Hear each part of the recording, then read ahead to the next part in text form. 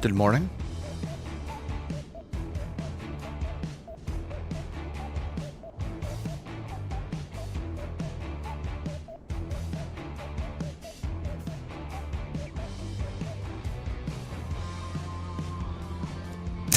Luke. What's up, guys? What's up, Tony, Evolution, Gary, Chase, Alan, Ronnie, Dave? Got the Corvalis a paint job. Look at this. Ooh. We turned in the yellow. We're in the shiny red now.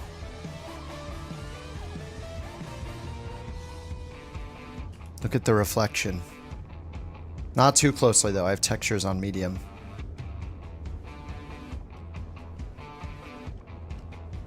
Alright, I already got the covers off. Let me move this a little bit in case someone else spawns in.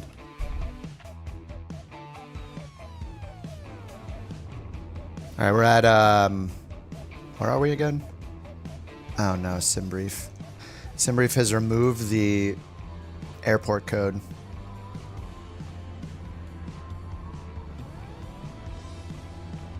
Was it MMPS? Mike Papa Sierra, I think.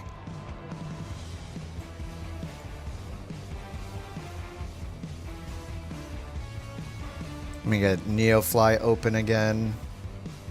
I was gonna restart it to get Sky for Sim working, but I'm too lazy. And Sky for Sim won't let me close it. What?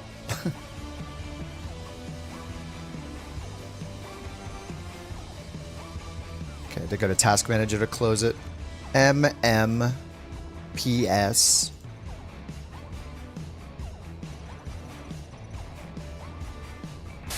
Welcome back, Captain. Thank you. Looks like the weather is perfect for flying. Absolutely perfect. You are clear to start your engine. Okay, well, we need a mission first. What's up, Javiation, Bach, Sean, Northland?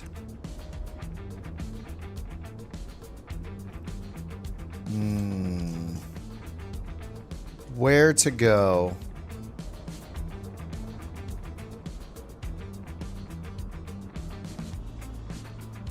Looks like the only one going east within like 300 miles is up here. 10,000.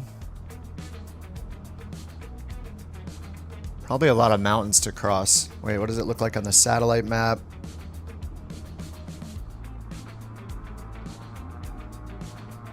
Maybe it's not too bad. Just this bit here, and then it looks maybe a little flatter. Alright, why not? I mean, we're gonna get paid. It'll still have us in Mexico, and then maybe 1 or 2 more trips will be out of Mexico.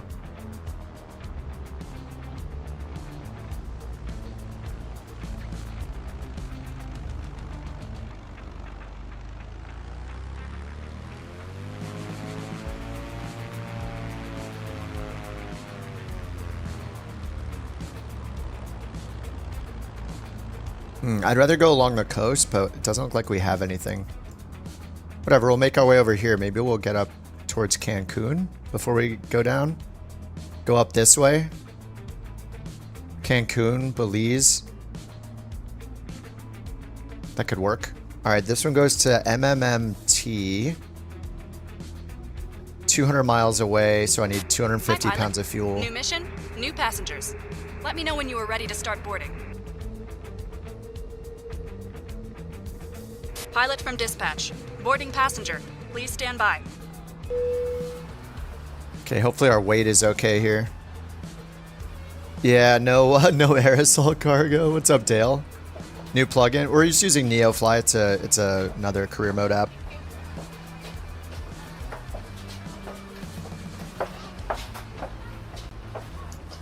Oh, Mott says for the 152, sell it, take out a loan, get the C400. Yeah, the Corvalis is much better. Alright, let's see if we can get beyond ATC going. Transporter from dispatch. All passengers on board.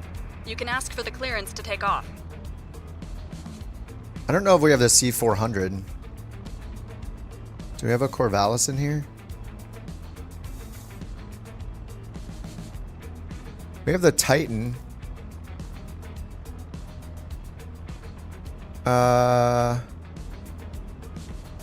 No Corvalis. What's the closest? Like the Mustang, maybe? Or the Titan? Let's put in the Titan for now. MMPS to... back over here. To triple MT, MMMT. I don't know what the fuel flow in the Titan is, but anyway, this isn't really, this is just for the route. I don't really care about the, I don't really care about the fuel runway analysis. Okay. Alright, looks like it has those, that's good. Let's get Beyond ATC going. Beyond ATC connected. Oh, I don't have FSLTL. Eh, that's fine. We have enough traffic here. We don't need the traffic. Actually, not a big deal. We'll do the traffic off. I just care about the ATC, really. Oh no, the call sign. My call sign changes every time in this, right? I should just... I'm gonna go back to 6063 Echo, my old school call sign from on-air days. If you can't see anyone, just move your time back 1 minute. Tick real time and then click the minus button and then make sure on USA West in your online settings. Alright, let me get Volanta going.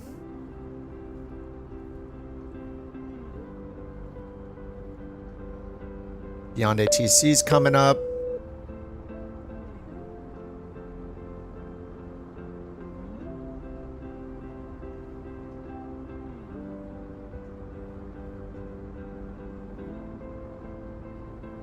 Alrighty. No liveries, that's fine. Thought I turned traffic off. Airbus 63 Echo. What the heck? Airbus? Is that because of the flight number?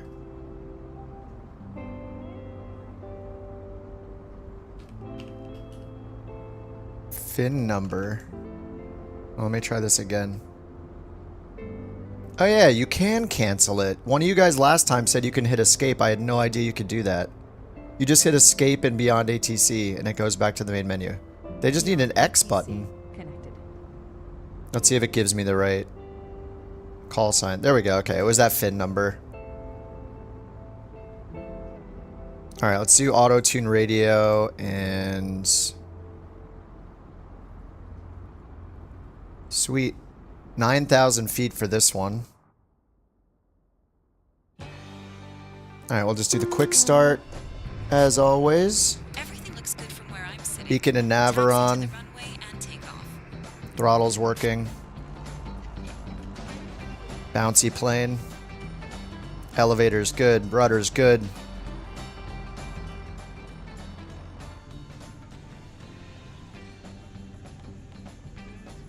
Alright, gotta get it loaded up, so let's do that. I need 356 pounds. Let's go to the hangar and check the fuel. 253 pounds of fuel.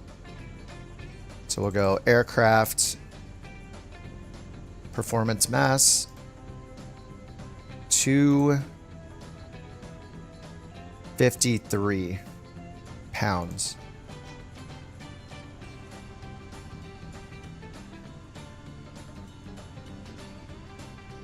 All right, 254.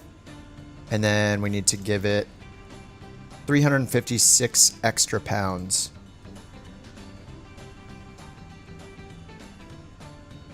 Oh, that's 800 pounds. Whoa. 130 more pounds.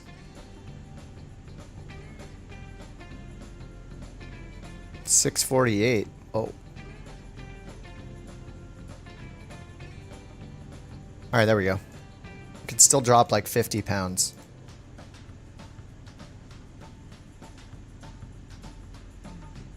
Okay, 604, 558. Looks like we're good to go. Bring 2 passengers to minute Minitithan? Minititban? It's a lit, it's got lighting, hard surface, and fuel. We got Zion and Gabriel in our plane.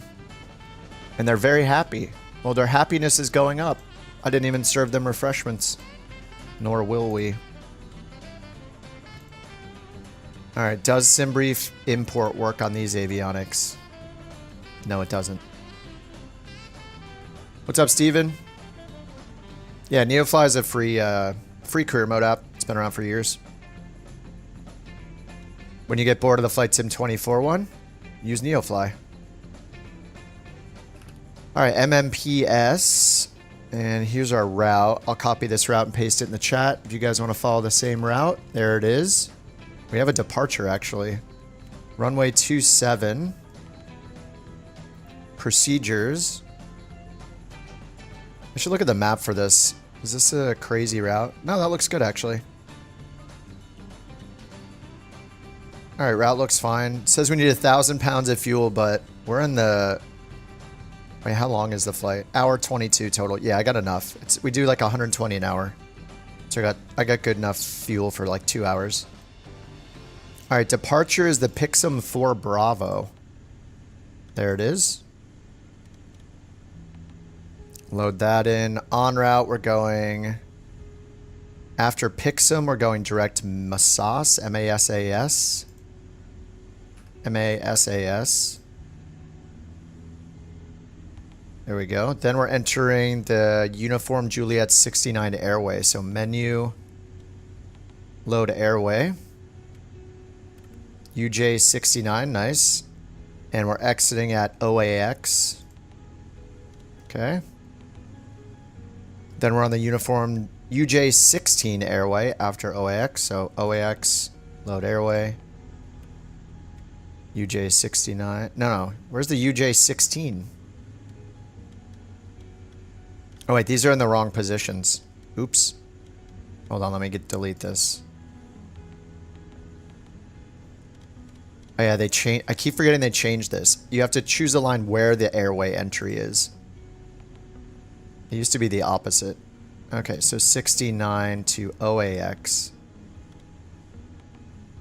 And then we choose the blank line. Now it's the UJ16, so menu, load airway. UJ16. Now it's working. UJ16. Exiting at Omato. There we go. Direct MTT. Then we're just pretty much direct here, so I'm just going to put that MTT. MMMT. Okay, sweet. We're expecting runway 1.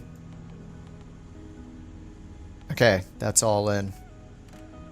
Oh, I see. Yeah, this departure procedure has us going out over the water, turning around to gain altitude to get over the mountains here to the north. We got some mountains. And it says our altitude's 9,000.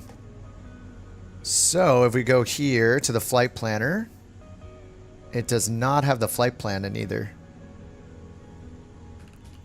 Alright, MMPS. The departure. I'll just leave the waypoints out. We really just want the procedures in here. Arrival is MMMT.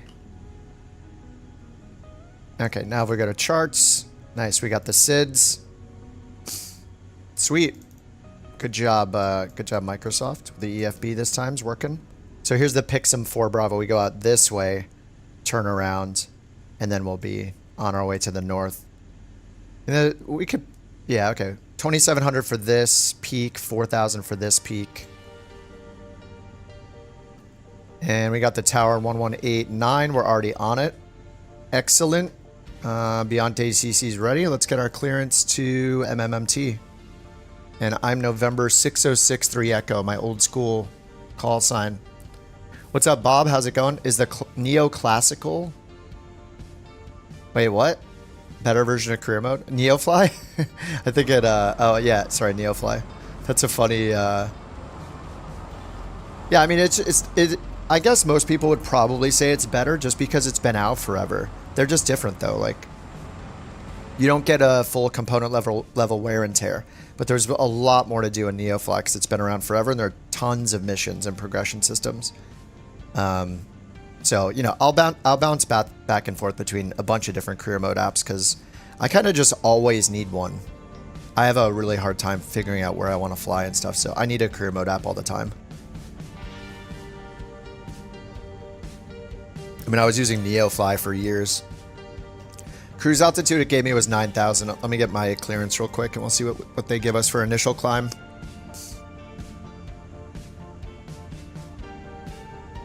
Ground, November 6063 Echo, IFR to Mike Tango. November 6063 Echo, Escondido Tower, expect runway 27. Climb 6,000 feet on runway centerline, then expect radar vectors mesas. Squawk 4600. Expect runway 27, climb to 6,000 feet on runway centerline, vectors mesas, squawk 4600, November 63 Echo. November 6063 Echo, read back correct. Call me back when ready for start or taxi. We'll call you back, 63 Echo. Okay, 6,000 vectors, mesas, 4,600. So we're climbing 6,000 initially. And let's just sync the... Oh, it's actually 2992? No way. Nice. We got the departure procedure. So he didn't give us the departure procedure, so we don't actually need to do that. They're going to vector us to Mesas, but we're going to fly runway centerline anyway. Climb 6,000 first. This isn't... we're doing free flight, Connor. This is a third-party career mode now called NeoFly. So we're doing free flight mode. NeoFly.net. You can just go download it. It's been out a long time. Okay, yeah, 2992 seems to be the altimeter. So 6,000, we're going to go heading mode, runway centerline, and flight level change up to 6,000 feet. Do this 110. It'll be cool when we can do VFR and Beyond ATC sometime this next year. What's up, Jim? Happy New Year to you too. We're in Mexico. We're flying to the airport codes are in the top right. We started in the career mode 2 days ago. I started in Santa Barbara with my plane, and then made our way down the coast into Baja, California, then crossed into Mexico. Seems like we're going to get out of Mexico today. We'll probably get into like Guatemala or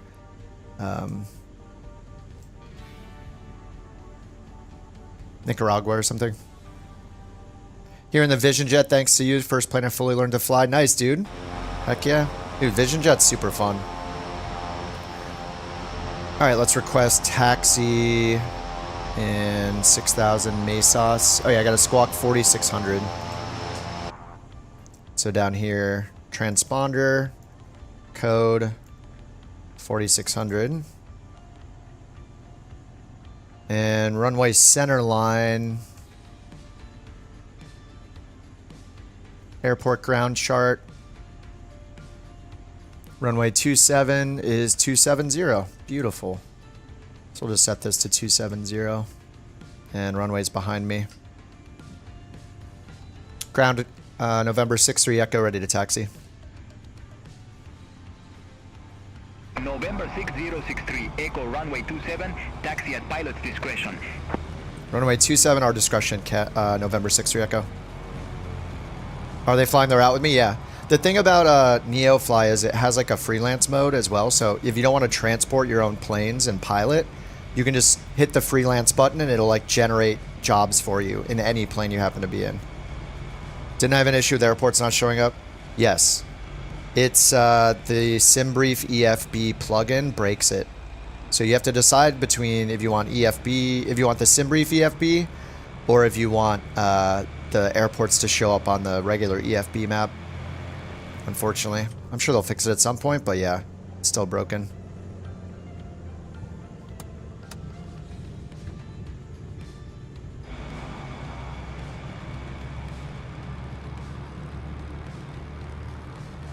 What's up, Flo? Happy New Year. Happy New Year's Eve.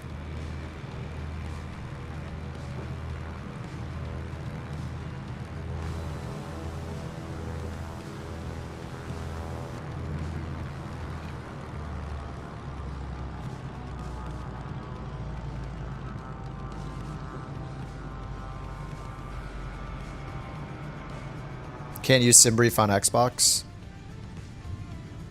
I forget, don't some, can you use it in some planes? I forget which planes. I think some of them might have SimBrief in the, but like a third-party plane, so. Yeah, I mean, that's pretty much always going to be the problem with, not the problem, but, you know, the limitation with Xbox is not being able to use any of the third-party apps, but at least Xbox has the built-in career mode now. Yeah, none of the standard version planes.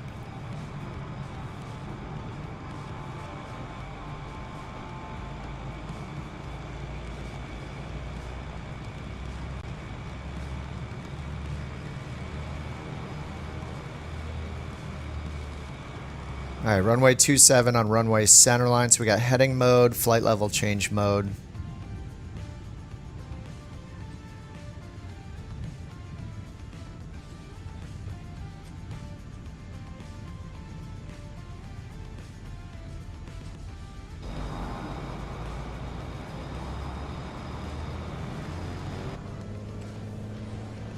I forget what the limitation is. Oh,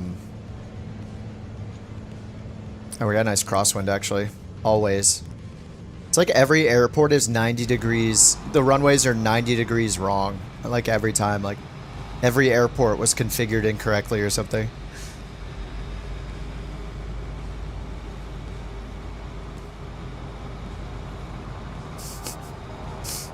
Just ignore this windsock here.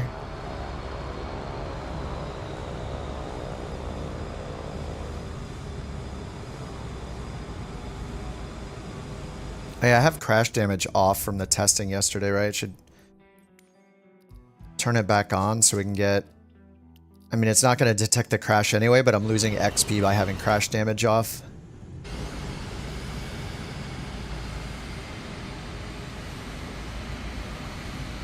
Couch correction. November 6-3 Echo holding short runway 27 ready for departure.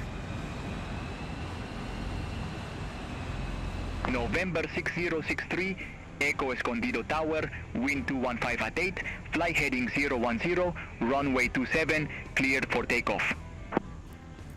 Fly heading 010, runway 27, clear for takeoff. November 6-3 Echo. Fly heading 010. Okay. He gave me runway centerline before. Alright, landing lights are on, pump is on, flaps are up. Corvalises. Prepare for departure.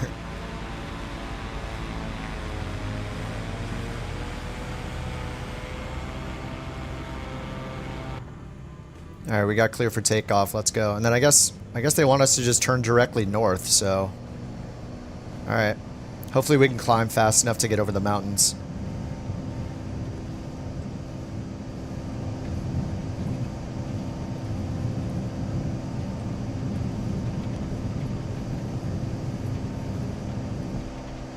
And that crosswind. Have a safe trip. We hope you enjoyed your stay here. We'll look forward to welcoming you back soon. Alright, let's climb at 110, and then once we get up to 400 feet, make our right-hand turn to 010.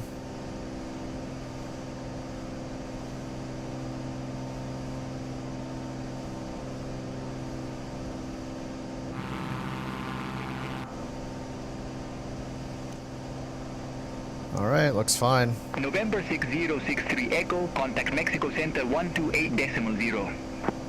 128.063 Echo. Alright, it switched the frequency for us. Mexico Center, November 6063 Echo. 1,500 climbing, 6,000. Alright, I'm gonna get the autopilot on. Flight level change. November And 6063 Echo Mexico Center. Good day identified. Climb to 9,000 feet. Altimeter 299er2. climb to 9,000 feet, 299er2, November 63 Echo. Alright, 9,000 feet. Get over the mountains. Okay, there's 9,000. Let's get the pump off. Let's get the music on. Let's get the heater on. Oh, it's 23 outside. I guess we got the AC on. What's up, Joe? Ignacio, Happy New Year to you too. You bought the Windwing HOTAS. Nice. Congrats, man. New gear. What's up, Jeff? Loving career mode. Yeah, I don't know if you're doing Flight Sim 24 career mode, but I moved on to NeoFly career mode, but whichever one you do is going to be fun. They're all good for different reasons. I think when you run out of planes and routes in Flight Sim 24s, then NeoFly is a good option since it's free.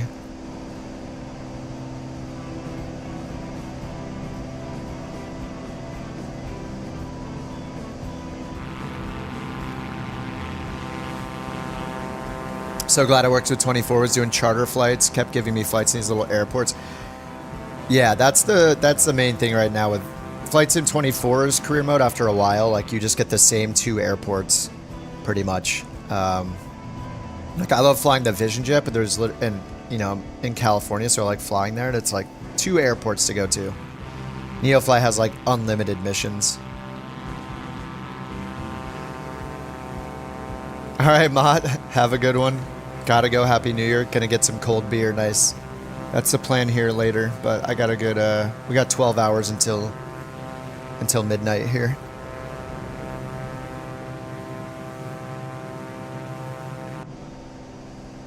All right, 5,000 feet. Let's lean the mixture a little bit.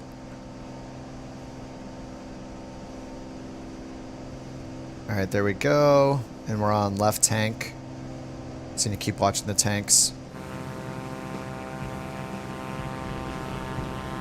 Next patch. No, nobody knows.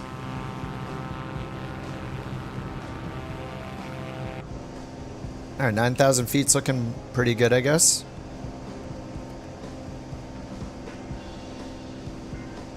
You know, I could have like, I probably didn't have much space left over. How much more weight could I carry?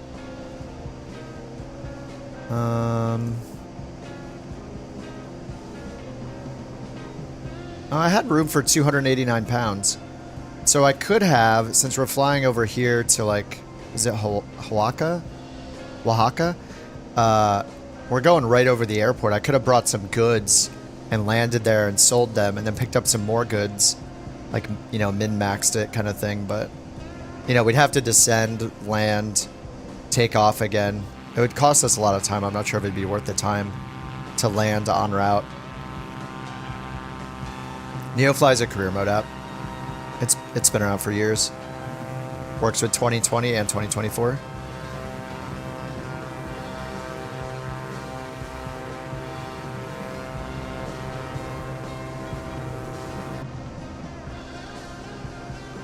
Alright, we're still on this heading. I'm going to advance it to the next waypoint. I'm just going to do menu activate leg for now. And then they'll probably give us a direct to. But we're just on that heading they assigned 010. Tiny bit of a headwind. Alright, 7,000 feet. Let's lean the mixture more.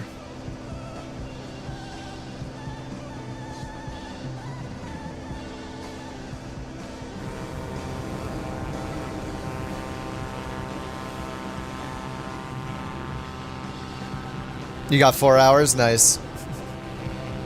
Yeah, I'll be on for not that long today. I gotta go get myself a haircut and then get ready for the evening, you know. I gotta actually take a shower today.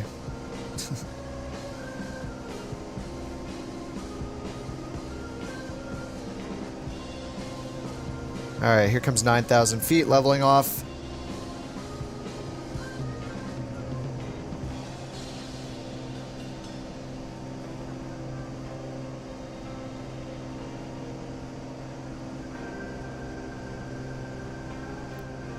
Alright, fuel flow. Alright, how much are we doing right now? 22.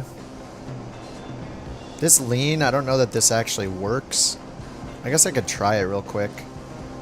It's flashing the RPMs on this screen, but not the engine screen, so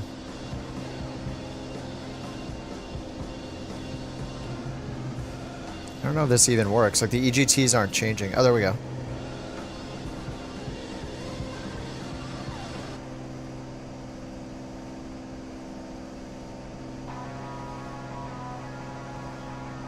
Wait, did it actually find peak?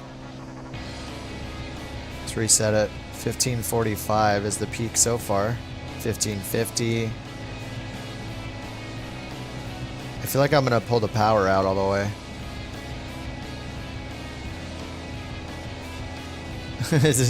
Where's the peak? Uh-oh. 1565. Manifold pressure. This is, these gauges are wrong. Like, they're different. Like, if I go to engine. And I've been running it full maxed out. It's got some sort of FADEC because it pulls the RPM back automatically for me, even when I lean it. So I've just been running it full forward because it hasn't exploded the engine. So, and it's a rental, so we're just maximizing. Also, these numbers turn red when there's a problem, but I think these gauges are visually wrong. I don't know. I'm just running it hard. It's fine. It's a rental. I'm not sure that the lean works properly. 1580. I am almost at, like, I feel like I'm almost gonna cut the engine. Yeah, NeoFly doesn't require an account, but at the same time it doesn't back anything up. You gotta do it yourself. Alright, there we go. Now we got the... We can go rich a peak. I don't know what to do it at. I feel like most planes are like 50 degrees or so, so I'll just do that. Around 50.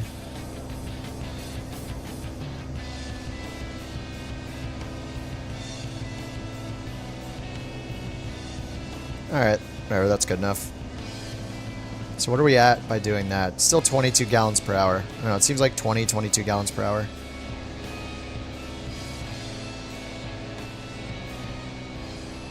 Yeah, it's a rental. We don't have to pay for engine damage, they do. As long as the engine doesn't blow up in flight, I'm gonna push it hard the whole time. And over the last couple days, I've just had it full forward. The prop seems to have some sort of engine control system kind of thing. Because if I change the manifold pressure down and then back up, watch, it's gonna normalize the prop up to 2550 all the time. Now if I give it full throttle, it's going to go into the red, and then it's automatically going to back it off. So it's got some sort of automation, some sort of FADEC-like thing going on. For the first day, I was definitely pulling it all back into the green, but I was like, all right, I'm going to test it, see how hard we can push it, and yeah, it's been fine. And we're probably burning more fuel than we need to, but that's fine. We are paying for the fuel. Any way to turn down the brightness? No, there should be, like, most planes don't really have it. It should be automatic, but there should be a switch somewhere, like an avionics brightness somewhere. Like in this plane, they're up here. But I don't think it has brightness controls like the G1000. Over here on the PFD, if you go to menu, you have brightness here. I don't think these even work, though. But I don't think the G1000 has the equivalent. You could check the PFD touchscreen, but I don't think it does. I think it's just all automatic. Chase, are you in the mountain? Chase is down here ready to ambush us or something. We see you down there. Our radar is on. Multiplayer radar act. Oh, he's gone. I don't know where he went. You know, we see you down there. You might have hit a mountain. Alright, they just have us on this heading still, so... I wonder if they wanted us on this heading the whole time, or... Because we're going to go towards this mountain up here, right? I think there's a bug with Beyond ATC where it doesn't... If it gives you a departure on runway center line or a heading, it doesn't give you the next heading. Usually when I say something like that, all of a sudden it comes to life, and then the BATC gods hear my words, and then suddenly it tells me what to do.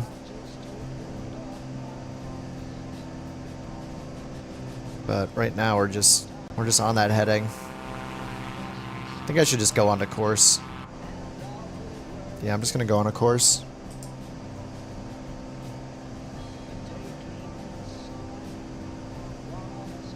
And we're not high enough, right? Like these mountains on this route, they're red over here. So I think we got a sim brief fail. Because sim brief gave me 9,000 feet. Yeah, altitude 9,000. And the route that goes directly over this waypoint. It's going to be a problem. You got 11,000? What's up, Holly? Happy New Year's Eve. Whoa. Whoa, what is going on? Why did we just drop 1,000 feet? The heck? Alright, let's request 11,000.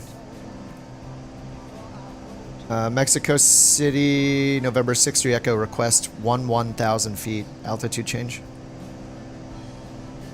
November 6063. Echo, confirm new altitude 1,000 feet. Affirm.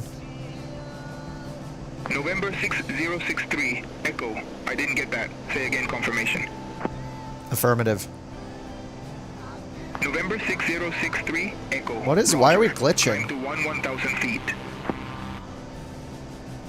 Climb 1,000 feet. November 6th, Echo. I don't, what is happening with these glitches? Look. What? Aren't I on medium? I think I'm on medium now. It's acting super weird. Alright, let's climb up to 11,000.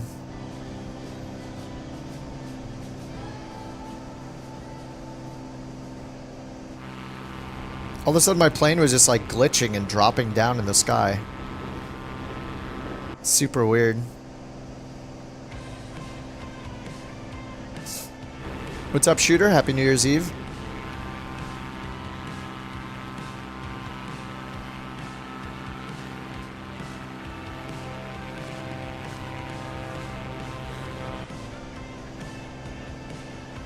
Alright, this is gonna pay 10,000. I think we paid like... Actually, I don't know how much we paid in fuel. Was it like 3,000? How much is fuel? So if I was at 250, it's like $100 a pound.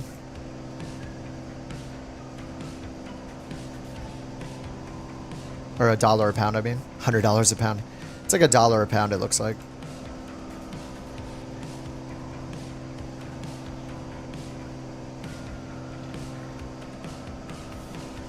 Yeah, we got a new paint job.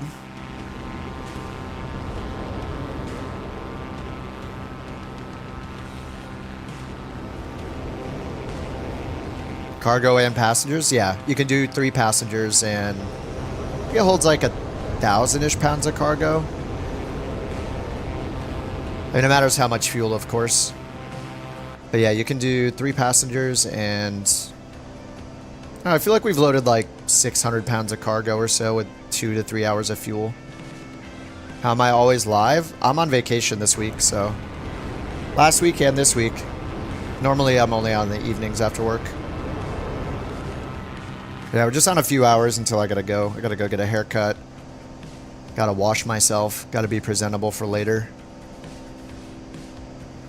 Maybe get some sort of beverages delivered.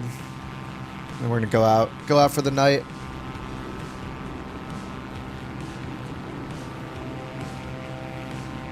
You're in the 152. Yeah, you could take out a... You could sell the 152 and take out a 50,000 loan and then rent a Corvalis. That's what I did. This one's a rental. I think I started with an extra plane though because I paid for the like company mode perks or whatever, which I haven't even used yet. Just to have all the features available.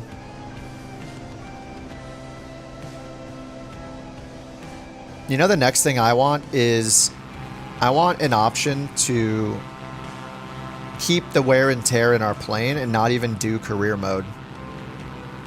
Like, I mean, the career mode missions are great, but like, it'd be better if it was just all built into the world map and your hangar of planes. Like, Why do I have to go into career mode to have the wear and tear on my plane when we have the same damage? Like, this plane has all the same logic built in to damage things as it does in career mode. So it's the same plane. So just let me own that plane in free flight mode too, just the way that, you know, the best third-party planes work. They have persistent wear and tear and fuel and all that. All the switches remember their positions, you know, it's like you own the plane. All right, let's switch over to right tank. And we're up at 11,000. Let's see, it looks like we'll be okay over those mountains. Barely. I see yellow. I should probably go up to 13.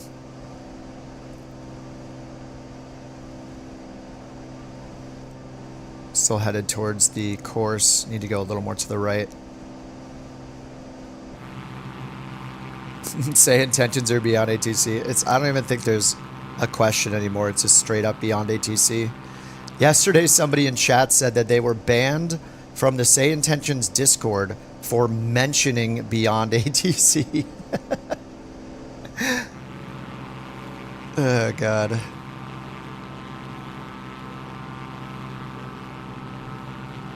It's just cringy how they run it. It's, yeah. Ugh. Somebody in here said that yesterday. They said I mentioned beyond ATC on their Discord and they instantly banned me. As if competition doesn't exist, and if nobody can say beyond ATC, it doesn't exist. Don't let people know about it. As if you couldn't use both like I did. It's just so childish. It's embarrassing. What's up, Bandit? Happy New Year.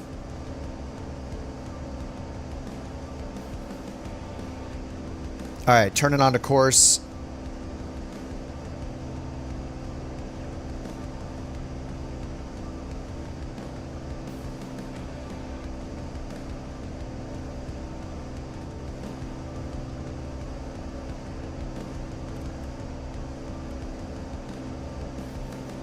Alright, we're on left tank.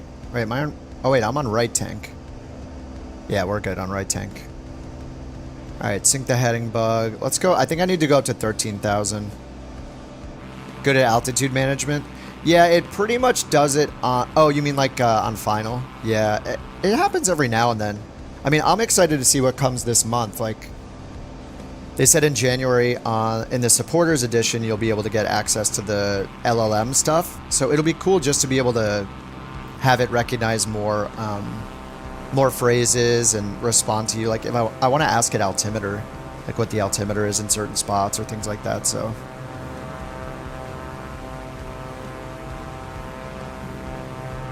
but yeah, it'll be cool to see what they do.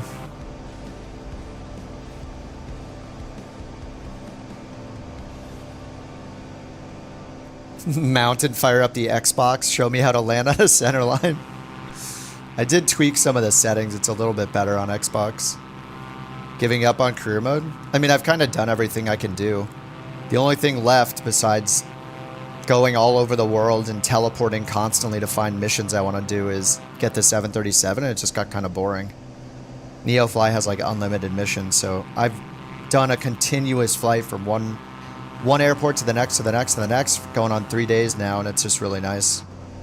I mean, it's been out a lot longer, so it makes sense. I'll go back to Flight Sim 24 career mode when they add new stuff, but they're just, you know, kind of did everything.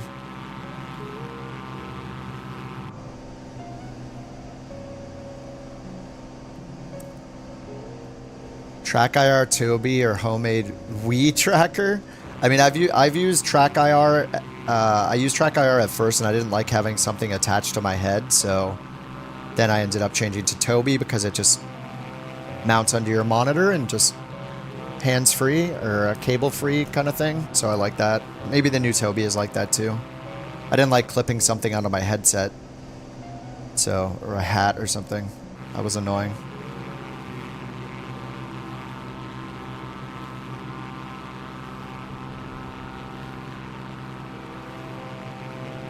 You're curious to know what was said about Beyond ATC? The SI Discord has many posts referring to it. Oh, really? I wouldn't put it past them to ban people for mentioning it, though, just based on their history of cringy things. They seem very thin-skinned and scared. It's really, it's just sad. I just try not to think about it anymore. I just use Beyond ATC. There's a lot of weird, childlike behavior.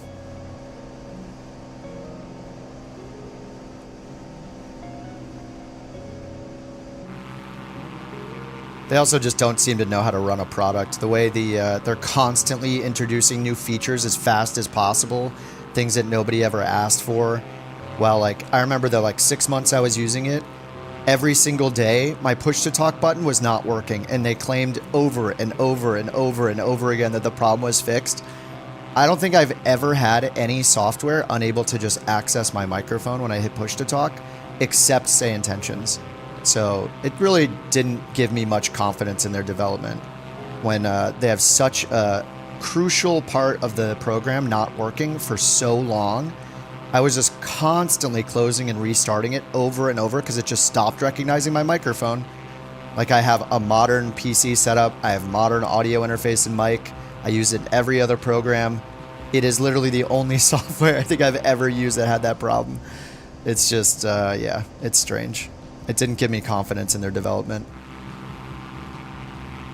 And the whole, like, buy our Christmas ornament thing, like, I realized, I think did they tie in some charity thing, but it's just like, is there anything they won't do to try to get people to pay more, like, for stuff? I don't know. It seems just, like, really graspy, like, trying to get every little thing they possibly can. It just rubs me the wrong way, and I don't like it. At first, it was great when it was like, you know, there are features it has that Beyond ATC doesn't have yet, and maybe they will, but I just couldn't stand all that stuff. It was cringy. It's just very strange. Not like I seeing it. I don't like seeing things made in that way. And just like when the A380 came out, they had that cringy Reddit post that they made about it. It was super awkward. They were like, "Congratulations to the fly-by-wire team for their A380 work, which works great with our product. Click here." It's like, oh my god, dude. It's just so cringy. People gave them a lot of backlash on Reddit. They're like, really? This is ridiculous. You guys are lame. It's like, yeah. It's just cringy stuff. Like, they've never run a product and they don't care about reputation and just being genuine. I don't know. It's, ugh. I don't like it. Lots of cringy things. Alright, I do need to go up 2,000 more feet. Mexico, November 6 Echo, request altitude change to 13,000. NeoFly to Honor? 6063 Echo, roger, say new altitude. 13,000. November 6063 Echo, confirm new altitude 13,000 feet. Affirmative. Yeah, exactly, Robert. Yeah, I wouldn't put it past them. Have their own crypto, yeah. Echo, roger. Climb to 13,000 feet. Climb 13,000. November 6 Echo. Yeah, exactly, Robert. I wouldn't be surprised if they introduced their own coin. That's exactly how I feel about it. I wouldn't. Yeah, it wouldn't surprise me. All right, let's get over these mountains here. Yeah, I've used On Air Company a lot. I used it several years ago for a couple years. It's great. The pros are it has a lot of like player-to-player interaction, so you can like open FBOs, you can sell fuel to other players from your FBO, you can rent them, you can build an armada of planes and rent them to other players. You can build your own base camp, and they have all those industry features. There's tons of stuff in On Air Company. It's easier to get started with like NeoFly because it doesn't have like a cloud-based component to it, right? On Air Company stores everything in the cloud, which is nice. 6063 Echo, Mexico Center, expect radar vectors. Board Zulu runway 01. Expect radar vectors runway 01, November 6 Echo. But yeah, no, On Air Company is great. NeoFly is easier to get into because it's free and you can pay for extra features if you want. On Air Company is like a subscription model because they have all of the cloud stuff and you interact with other players. You can run a virtual airline with your friends. Like there's all sorts of features like that. But they're similar in that they both have like, you know, a billion missions you can fly. You're never gonna run out of stuff to do. They support like every plane and livery. You know, you can fly whatever you want. You work your way up. I think you can even shortcut to start into airliners. So yeah, it's great. They're both great. I just actually used On Air Company so much a few years back that I thought I'd do NeoFly this time. And NeoFly is also free to start, so it's easy for me to say, hey, try it out, without you having to go pay money to try it. On Air Company does have a free trial, though. I think it's like a 1 week free trial or something like that. Premium characters, yeah, higher quality voices. And you also can make your co-pilot like use like a celebrity voice, you know, like Squirrel or Jeff Avignano or something. EasyJet Sim Pilot, British Av Geek. But yeah, it's mainly for the better quality voices. You don't have to use them. I go back and forth between using premium and using basic on the stream. But yeah, it comes with a bunch of characters here. I don't know where you're getting $9.99. It's $30 for Beyond ATC. Oh, one time. Oh, I see what you're saying. For the characters. No, it's like a credit card plan. It's like buying minutes.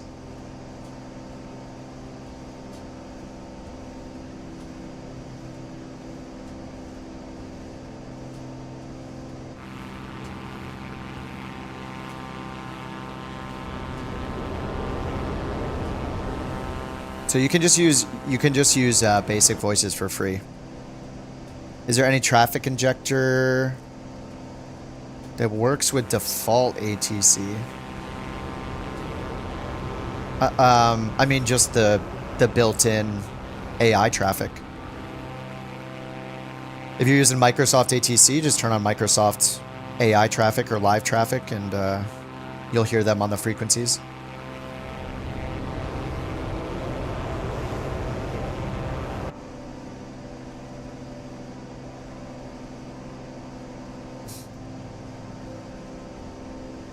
Any issues with the scaling? Yes, Kelvin. It took me a minute to figure it out. You have to go into the properties of the executable. Yeah, that's the... I wish they would fix that. It's like they redid the whole UI and that's a bug. It's kind of annoying, but open NeoFly, and in the bottom, in your taskbar in Windows, right-click on the NeoFly icon, then right-click on where it says NeoFly in that pop-up, and then go to Properties. You want to go to the Compatibility tab, and then you want to go down and click Change High DPI Settings. And then it'll pop up a new window. At the bottom of that window, you choose the bottom checkbox that says Override High DPI Scaling Behavior, and choose one of the two system options. I have mine on System Enhanced. Then hit OK and then restart the app. It should be good. But yeah, I had that problem. If you have a 4K monitor, you have to do that. It seems like they need to fix that.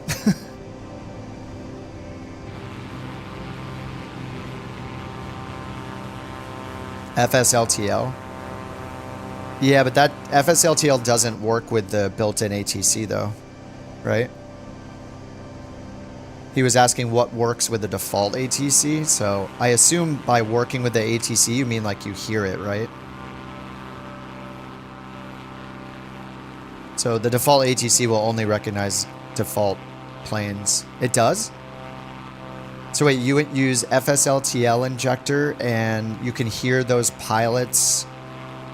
The pilots from FSLTL send messages over the flight sim built-in ATC. You hear them talking?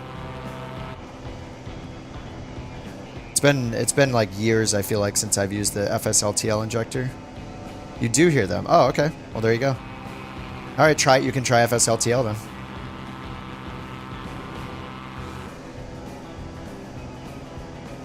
That's cool. Yeah, I didn't know it did that.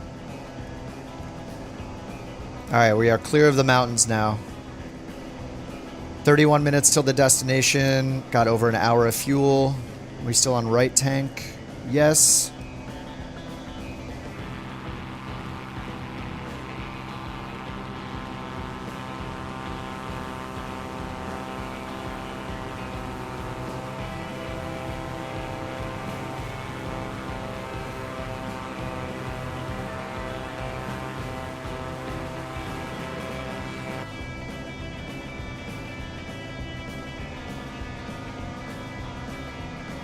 Got like a rock playlist on. This is not very rock-ish, but you know, it's something different. It sounds like bluegrass.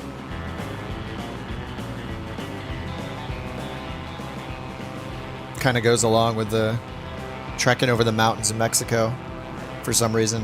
I don't know why this feels appropriate.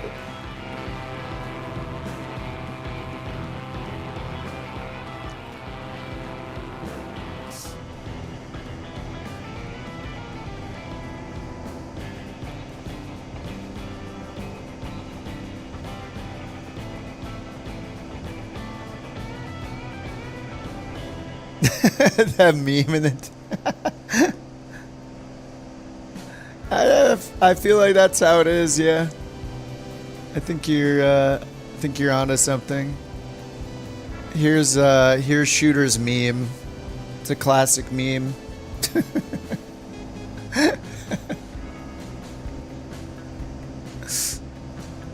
I don't know what Vatim. Yeah, I guess Vatim's jealous of it. I don't know. They're all looking at BATC.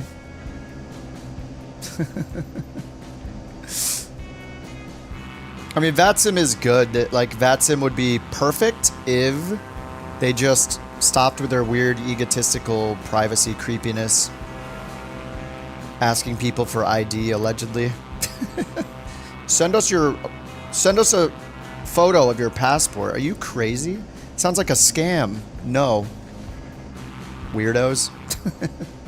We're carrying flowers today. I got 2 passengers right now. Not enough coverage. Yeah. That's going to be the downside of every human ATC. Like, it doesn't matter if it's Pilot Edge or IVAO or VATSIM or, you know, anything else. That's always going to be the limitation. That's why AI ATC is awesome. I mean, I still think the future is going to be a half AI, half human ATC service. As long as it's not run in a cringy way, it could be the most successful thing. Which would be, you have AI ATC staffed worldwide, and you have the ability for humans to take over positions from the AI ATC. That is the dream. Because then you can still fly anywhere in the world, and maybe if you fly to certain airports, you'll get human coverage. That's the dream. Because you're never going to have enough people role-playing ATC for human ATC to give coverage all over. You always end up with these weird things with like a center controller giving you your taxi instructions and your IFR clearance at every airport under them. It's super weird.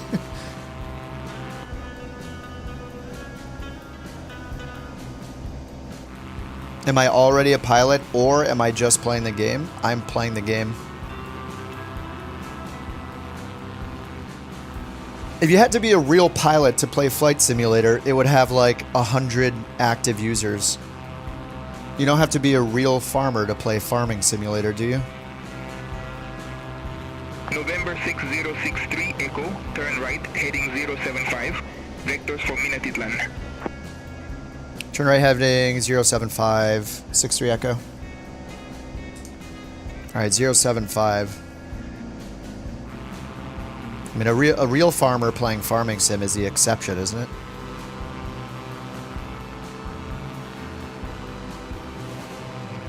November Oh, you have to be a real farmer. Echo, turn right, Oops. heading 075, vectors for Minatitlan. Turn right heading 075, November 63 Echo. I don't know if I hit my button. They only sell Madden to NFL players. That's true too, actually. That's why there's only 2 people that play Madden.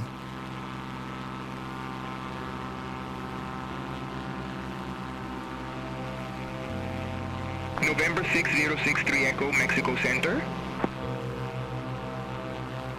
Oh, I know why it's not. Whoops. This is my fault. I'm in the settings screen, so it wasn't hearing me. Turn right heading 075, November 63 Echo.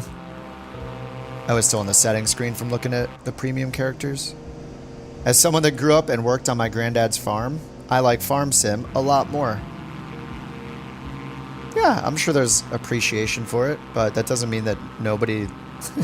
that only people that are farmers can play Farming Simulator. Ah, yeah. Oh, I see you're playing Grand Theft Auto. Are you a gangster? You better do crime in real life or you can't play Grand Theft Auto. Huh? That's a good point.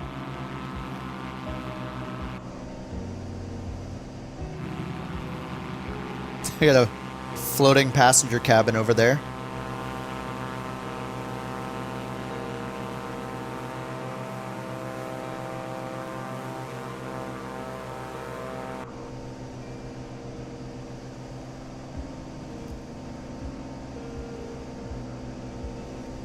I mean, we know there's so many people that play Call of Duty. I'm not sure that they have the ability to do the things they do in Call of Duty, so they better stop playing that too. Sorry, there's too many. There's every example. Every video game is an example. I was playing Indiana Jones the other day, so obviously you know my skills in real life, what they are. Cracking the whip.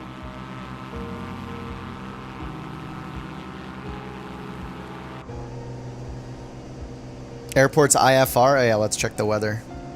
They said to expect vectors. Let's see what we got here. MMMT facility chart. They said to expect vectors for runway 1. Alright. And elevation figure down here, 2,000.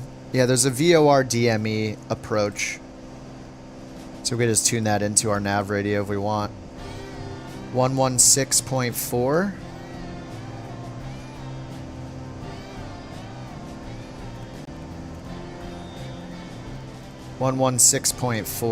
There it is. MTT identified.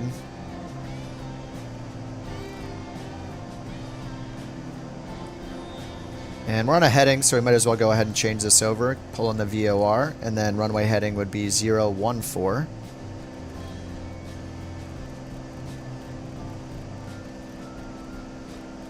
Alright, there's 014. And then it says DME 6.6, we need to be at 2,000 feet, and then DME 5, 1,500 feet.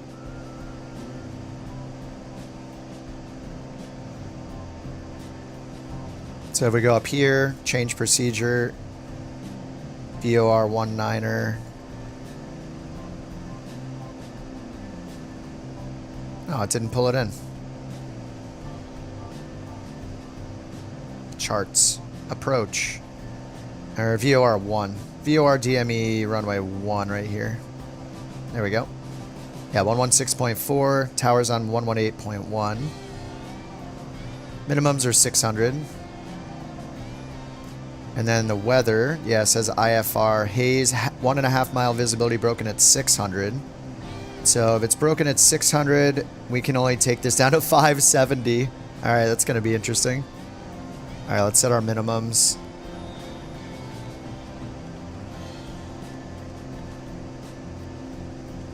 Barrow minimum 600 feet. So we might just be under the clouds. Alright, 600 is set. And then I'll just load the approach in over here. They're vectoring us already, so we're just gonna load in VOR DME. I'll just choose vectors. Oh, I already put the minimums in over there, but I guess we gotta do it again. 600. Ready for the new year? Yeah, sure. You know, one day isn't gonna change anything for me, but it'll be fun to go out tonight, yeah. New Year's is always fun to celebrate. Whoops, I missed hitting the button. I didn't hit the button. Vector 600's in there, and I'm just going to activate it.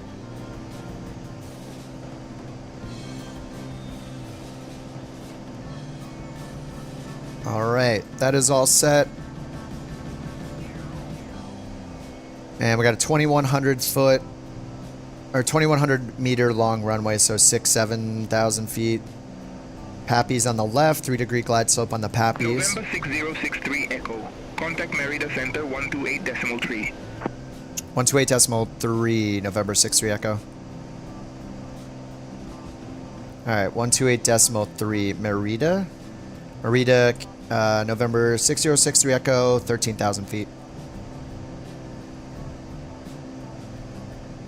November 6063. Echo, Merida Center, radar contact. Alright, they got us. Alright, we're gonna need to start our descent, right? Like, if I hit direct to here... Okay, no, top of descent's in 10 minutes if we're going direct.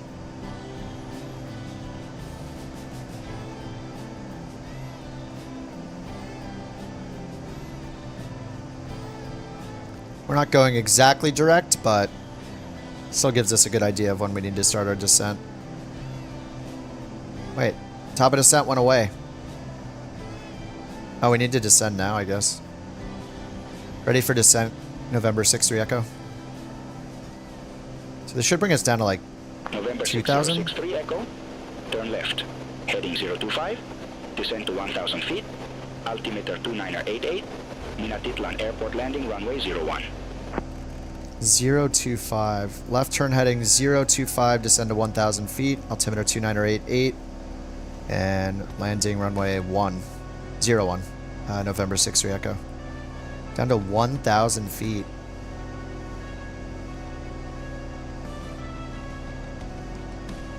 Alright, we'll go 1,000 feet per minute, pull the power back.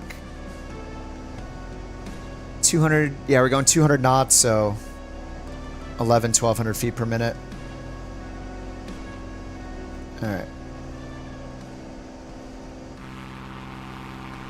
Down to 1,000.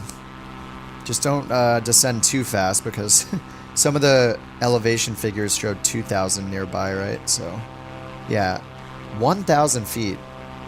I don't think they're having us do the VOR. They're having us just... Yeah, 1,000 feet's too low. Like, all the elevation figures show 2,000. November 6063. Echo, turn right, heading 080. Vectors for the approach. Expect further clearance in about 26 miles. Turn right heading 080, November 63 Echo. Alright, they're getting us back on course.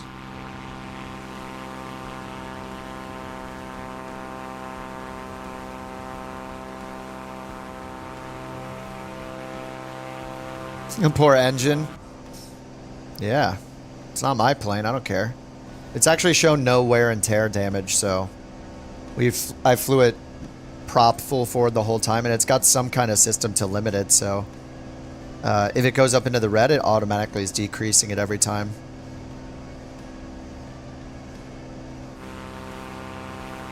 But yeah, we're running the rental hard.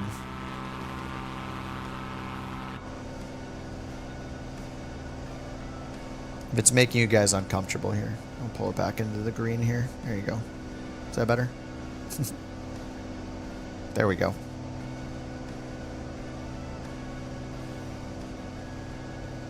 Alright, winds 8 knots from the north. And we are landing north, so that's good.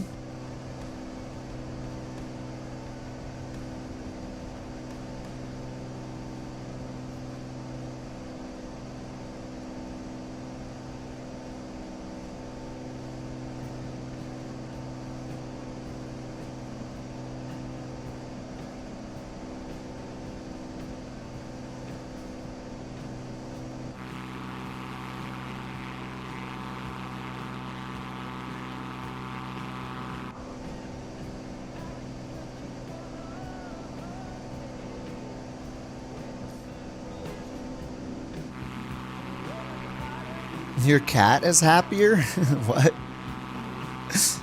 Controller's looking to finish work by clearing all the approach aircraft? Yeah. Oh. Echo altimeter 2988, expect radar vectors for Vorme Zulu runway 01. Expect vectors, Vorme Zulu runway 01, couch correction. November 6 Echo. Okay, so we are getting... Altimeter 2988. 2988. Okay, so they are giving the Vord... November 6063. Echo, descend to 9,000 feet.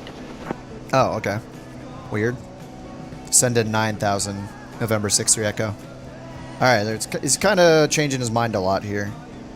Alright, we're stopping at 9,000. Slow our descent.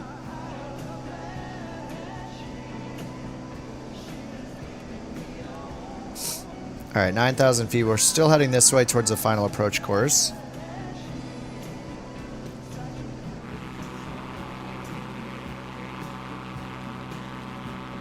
And we already set up for this, so VOR DME 1, we can get down to 600 feet. Alright, capturing 9,000.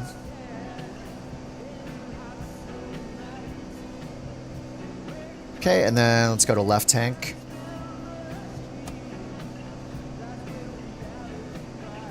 What's up, YWO? Oh yeah, maybe it was trying 10,000, not 1,000. Yeah. That could be it. Let me see, what did it say?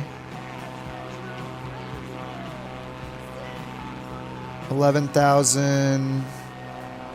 Yeah, descend to 1,000 it said. Yeah, maybe it did mean 10,000.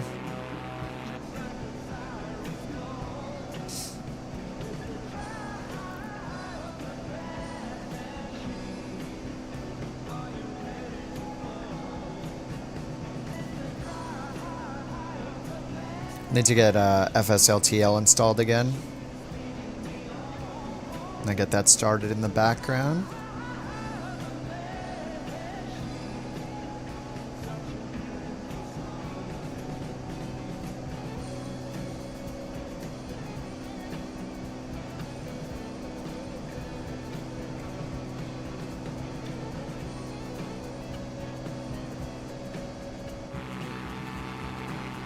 We're on USA West.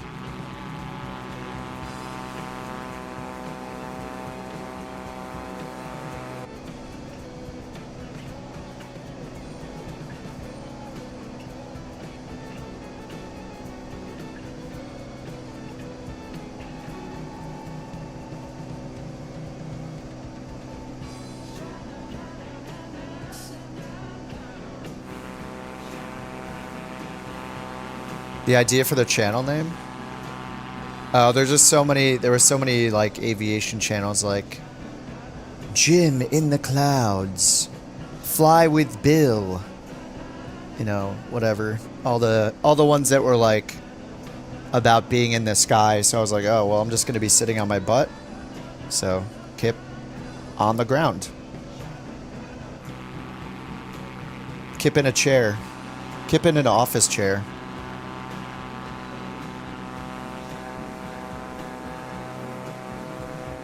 Australia's in the future. It's 2025. It's all the same. No way. Kip goes aviating. Fly with Kip.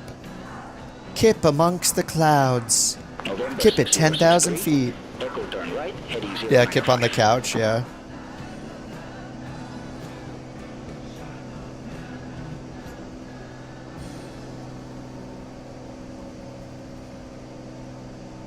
Say again for November 63 Echo. November 6063, Echo. Turn right, heading 0905. Turn right heading 0905, 63 Echo. We're still at 9,000 feet, dude. We need to get down to 2,000.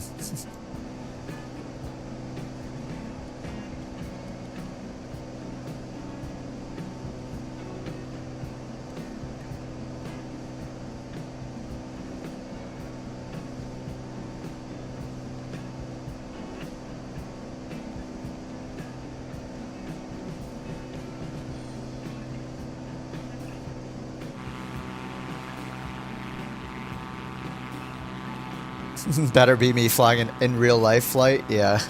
Live streaming in a plane. That sounds like a good idea.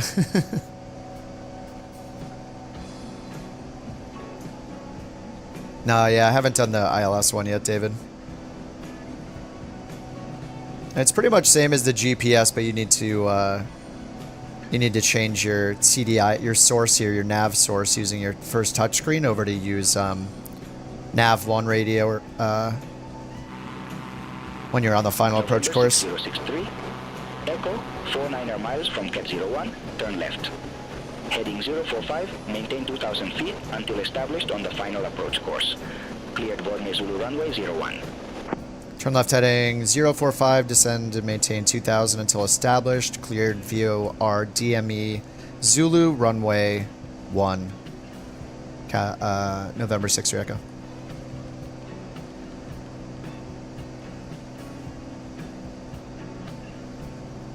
Alright, we're good. Alright, let's hit nav mode so we can intercept the localizer when we're close enough. So we have VOR mode on. 1,000 feet per minute. Watch our airspeed. Cleared us down to 2,000 feet, and they need us to report established on final. 045, so kind of a shallow angle. That'll be fine, actually. Okay. We're going like this direction. Midnight countdown. I'm going to be offline, so no.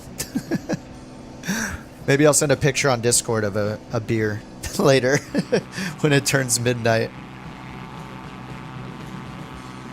What controls? I have Verpal, stick, throttle, rudder pedals. This plane's one of the winners in 24. Yeah, this plane has been a lot of fun.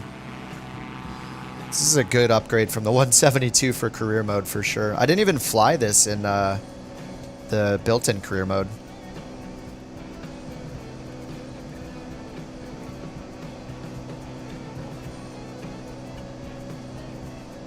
Alright, 1,000 feet per minute. We don't get the altitude arc, unfortunately, but let's see, we're already at 7,000. The weather's kind of iffy, so I'm getting the prop full forward, sorry. Let's turn the inside lights on in case it gets a bit dark in the soup.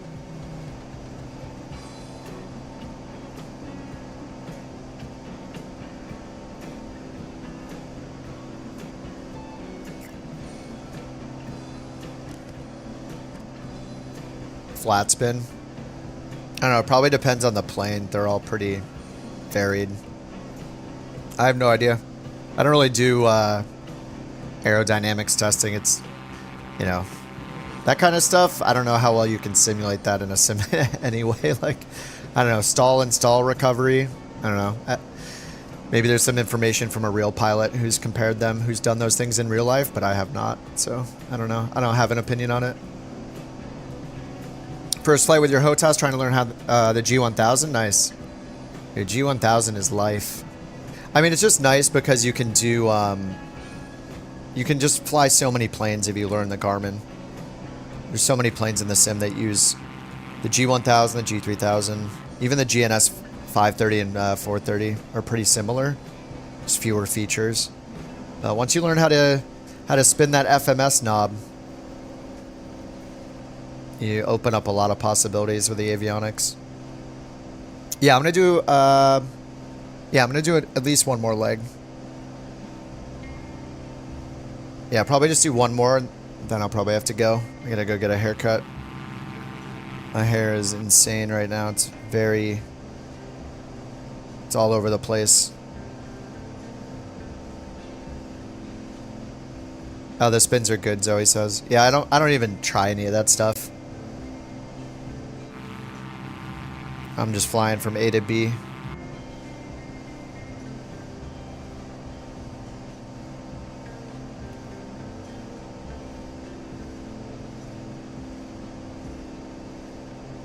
Alright, we got the altimeter 2988, 5500 going down to 2000.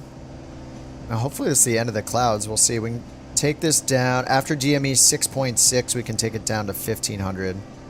So let's turn on our DME 36. Oh, we got a ways to go. I can slow our descent quite a bit. I'm just going to go to like 300 feet per minute. And the terrain map looks good.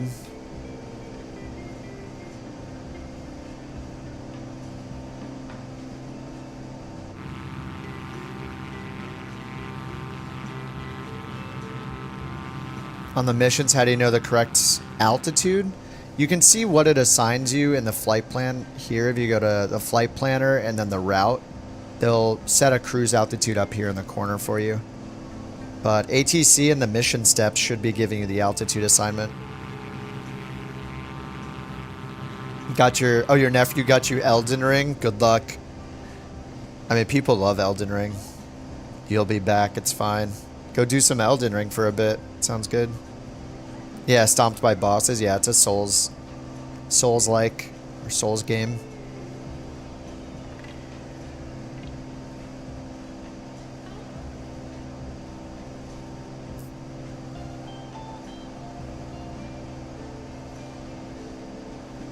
Alright, descended a little too fast. We're still 32 miles out.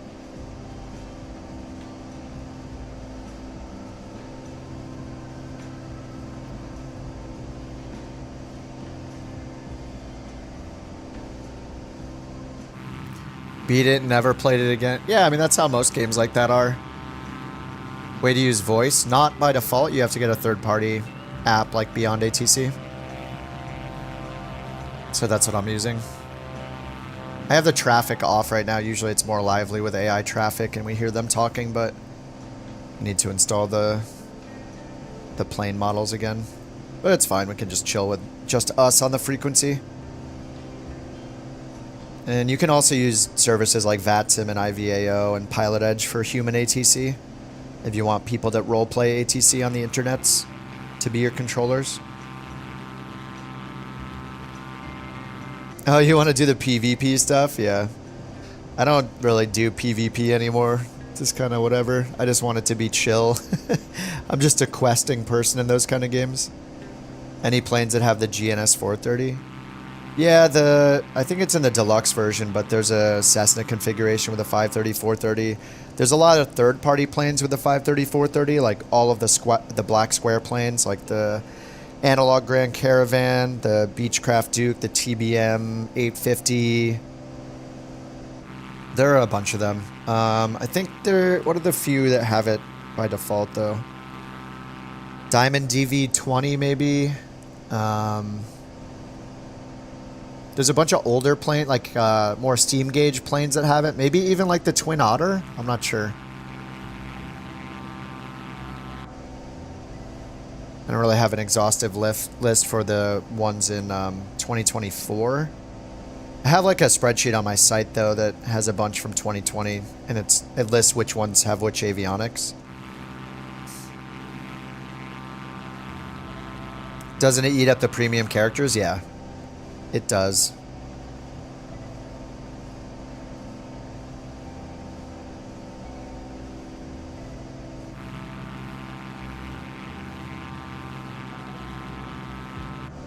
So outside air temps 21, no need for anti-ice.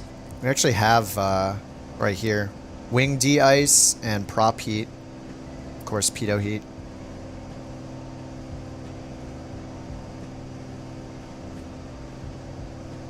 Alright, I think 2000 is a safe altitude around here, so we got 2000 there, and then the terminal, that facility chart also showed 2000. So I can keep descending. We got our relative terrain map on as well. So we're looking good to get down to 2000. DME is showing 20 miles out. Twin Otter does have it, yeah. Graphics card, 4080 Founders Edition.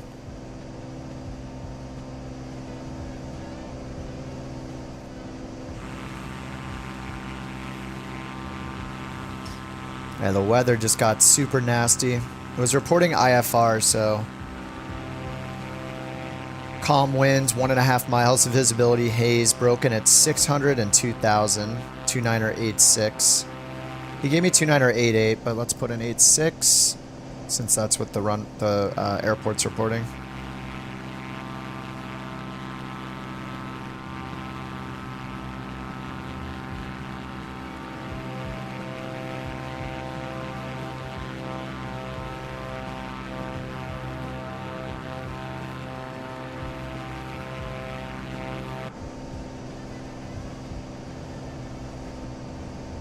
Alright, getting close to the final approach course. We got 014 dialed in from the approach here, 014. We're not going to do the reversal because we're coming in from the south. So we need to cross DME 5 at 1500, DME 66 at 2000.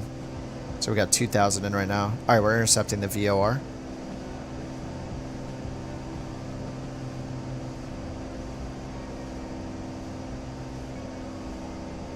November 6th, your Echo established on final runway 01. November 6063 Echo, affirm. Alright, we can go down to 1500. Let's use our speed brake. DME is 18. Just gonna use the speed brake while I'm descending down. Alright, so it's 2,000 at DME 6.6 or DME 8. So we should leave it at 2,000 for now. I just want to get down and level off as soon as we can to see if we get under the clouds. Alright, there's capturing 2,000, or 2,000's 1,000 to go.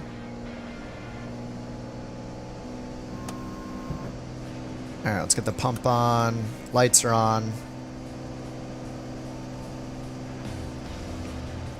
Props full forward and mixture is now rich. And I just want to keep it in flaps 1 range, 127 knots.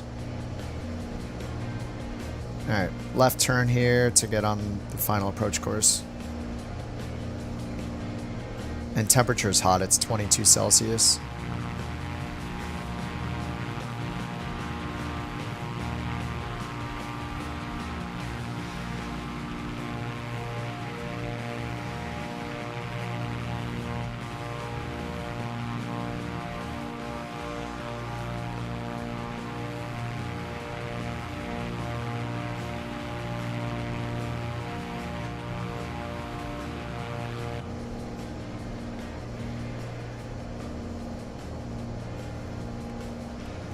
Alright, we got our minimums in, 600 baro.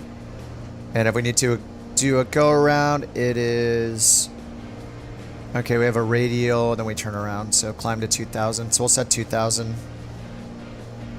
Alright, sink the heading bug straight ahead. 4-knot wind from the front right. 1,500 still super cloudy. Yeah, I might just need to get illegal here and just fly it down anyway. We need the money, so we'll do illegal things to get that money. All right, DME 14. So we need to stick at 2,000 feet until we get to DME 66, and then start our descent. And if our ground speed is 120, we descend at 600 feet per minute. No displaced threshold. Pappy's on the left. We got a good like 6,000-7,000 foot runway.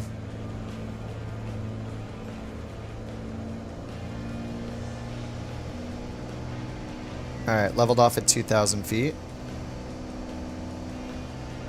So we're just waiting for DME here to say 6.6, and then we'll continue down. At DME 5, we're supposed to cross at 1,500. We can take it down all the way to 600 feet. So I'm just going to put 600 on my selected altitude. How do you travel to a different airport? You need to move the plane, and then you need to move your pilot. So here, go to your hangar. Actually, you move your pilot first. So go to the little captain button right here. Captain hat. And hit this little button next to location to move your pilot. Then, if you go to your hangar, choose any plane you have at the top, and there's this little bring aircraft to pilot location button right down here. Then you hit that, and that'll bring the plane. But if you don't want to move your stuff and you still want to fly, you can hit the second button for freelance. Pick any plane at any airport, and it'll just generate a job for you. I haven't used it myself, but that's how it worked in On Air Company. So it seems like it's the same. So if you don't want to move, like say you're flying along with me on the stream, but you don't want to move your planes and stuff, you have them in Europe or something, you can just use the freelance missions, so you're getting some money. Contact Minatitlan Tower 118.1. 118.1, November 6-3 Echo, bye-bye. Alright, 118.1 for the tower. Minatitlan Tower? Tower November 6-3 Echo. 9 miles to the south on the VOR approach, runway 01. November 6063 Echo, Minatitlan Tower, wind calm, runway 01 cleared to land. Runway 01 clear to land, November 6-3 Echo. Alright, let's get pretty slow here. We're DME 8.5. We're waiting for DME, what was it, 6.6. So when it says 7, I'll just start the descent probably. And we can go all the way down to 600 feet. So we're going 131 knots. We want to descend at like 600 feet per minute. canards. Yeah, let's get flaps 1 out. Maybe we'll put down to like 100 knots. We'll go 500 to 600 feet per minute. All right, there's DME 7.4.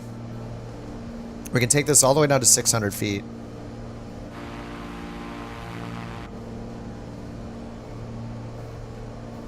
All right, we're in the white arc for full flaps. Pump is on, lights are on, temps are warm. If we need to go around, we climb straight. 2,000 feet, climbing right turn. And then we'll use the FMS to unsuspend our GPS and then do the missed approach. All right, there's DME 6.4. So vertical speed mode. Here we go. We're gonna go 600 feet per minute. I'm gonna get the flaps all the way out. And get down to about 85 knots or so.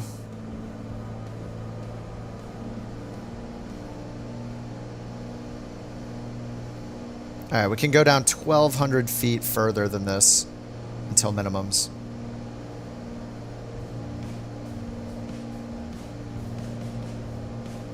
Alright, prop in mixture, full forward.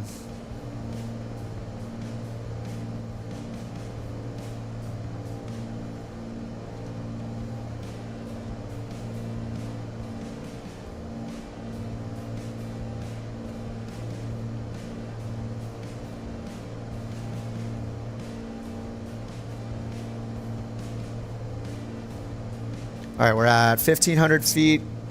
We can go all the way down to 600. DME 4.7. So we're like in here-ish. MDA is 600.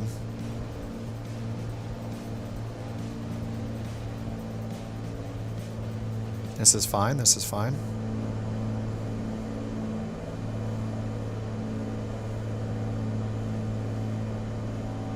Alright, 600 feet to go.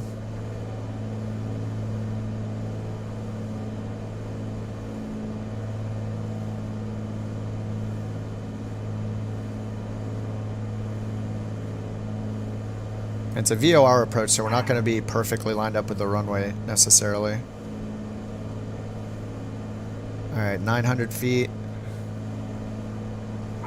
Dirty windshield's not helping.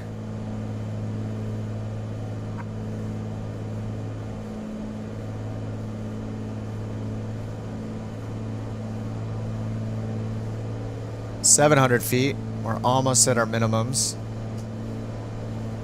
I do not see the runway. It's got to be right over here past these trees. Alright, we're leveling off at 600.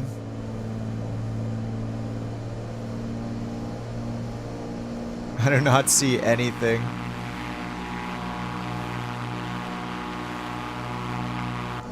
DME 2.6 though.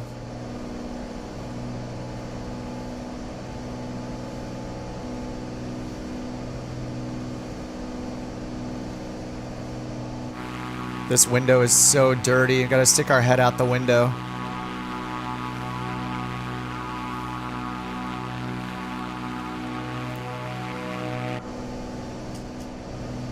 Is that it right there?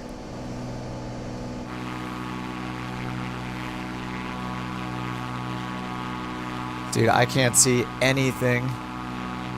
Oh, I see it right in front of us. Okay. Alright, autopilot off. There's the threshold right there. 4 whites. Let's pull the throttle out.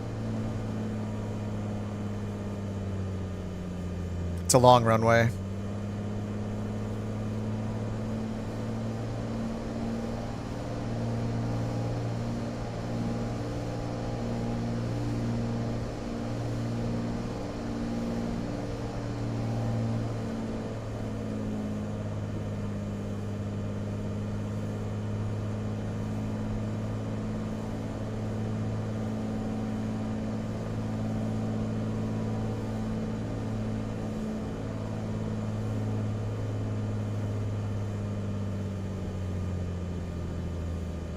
Alright, 01.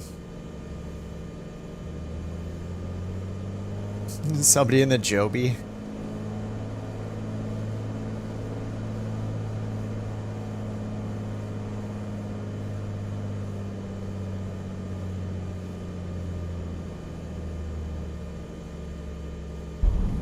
Transporter from dispatch.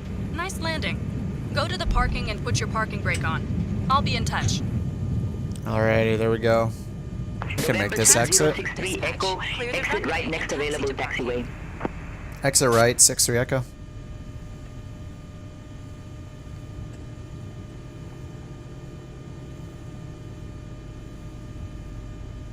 Alright, flaps up. Pump off. Man, that was, we haven't had like any IFR in Mexico until this flight, I think. Like the nighttime stuff was a little challenging, but it's definitely the worst weather we've had so far. Alright, parking brake. November 60 3 Echo, request taxi to assigned parking. November 6063 Echo, ramp 6 taxi via Alpha. Ramp 6 via Alpha, November 6 3 Echo.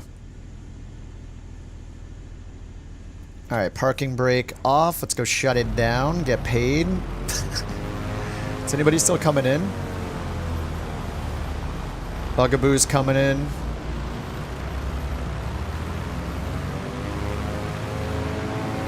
Yeah, definitely not a beach day. True. Yes. Alright, let's get paid. Drop our passengers off. What time is it? 1. Yeah, I can do one more. It can't be that long. I got like an hour. Hour and a half.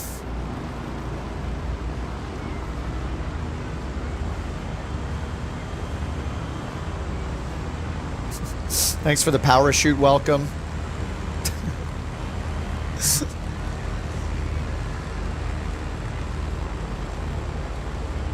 go drop them off right here at the building. Oh, that's service. Service without the smile.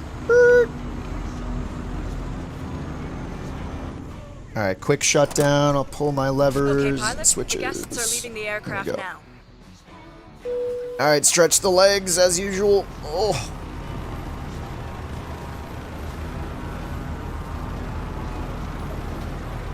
And the Joby is pretty cool. Alright, it's unloading. Give us the money.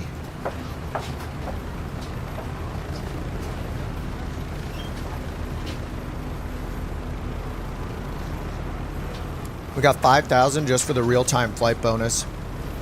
What can you do with your earnings? You rent and buy and lease more planes. Transporter. You can buy and sell goods, Have a nice day. like you deliver cigarettes from one place to another, beer or clothing or whatever. There's like treasure hunting stuff you can do, I guess. Like geocaching, kinda. And then there's, I think you can buy, I don't know if you have to upgrade for it, but you can like buy AI pilots and build a airline kind of thing and hire flight attendants. You have to pay your flight attendants if you fly a bigger plane. What's the plane I'm shooting for? I think I want to do the Turbine Duke. It can hold, like, is it 5 or 6 passengers and carry a lot of cargo too. This plane's the new FSR 500. This plane is pretty amazing. I am enjoying it. Once they fix the G1000 bugs, it's going to be even better. It just has the same G1000 bugs that like the Cessna 172 has, where it doesn't know which way your plane is flying, so there's features that don't work on it. But yeah, it's pretty good in general.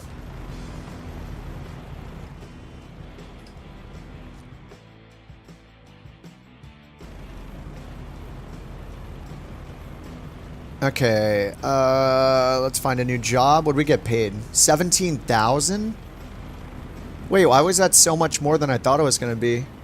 The job was for 9,000. We got paid 17,000 plus 5,000 for real-time flight bonus. Awesome. All right, let's see what's next. I'm going to go to the hangar first and just give myself like 200 pounds of fuel to start. Pretty much always need about 2 hours of fuel is comfortable. Maybe 240. We do like 120 an hour. All right, 200 bucks for fuel.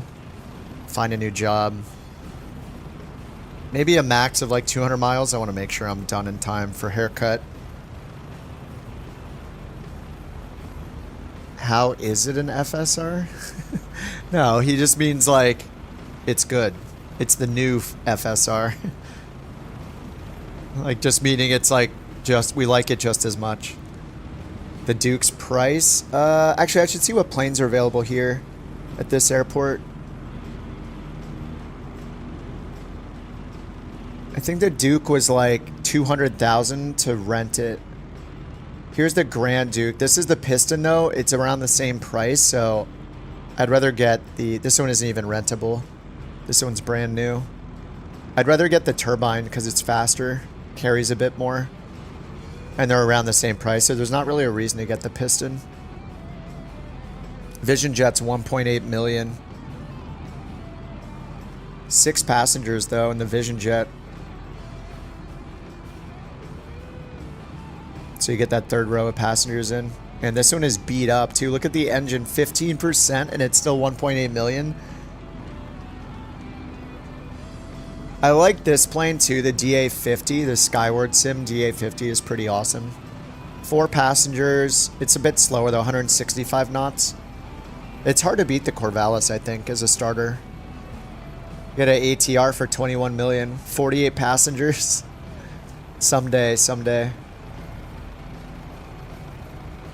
There's a Sea Star, holds 7 passengers, 4 million. Holds a lot of cargo though, almost 5,000 pounds for the payload.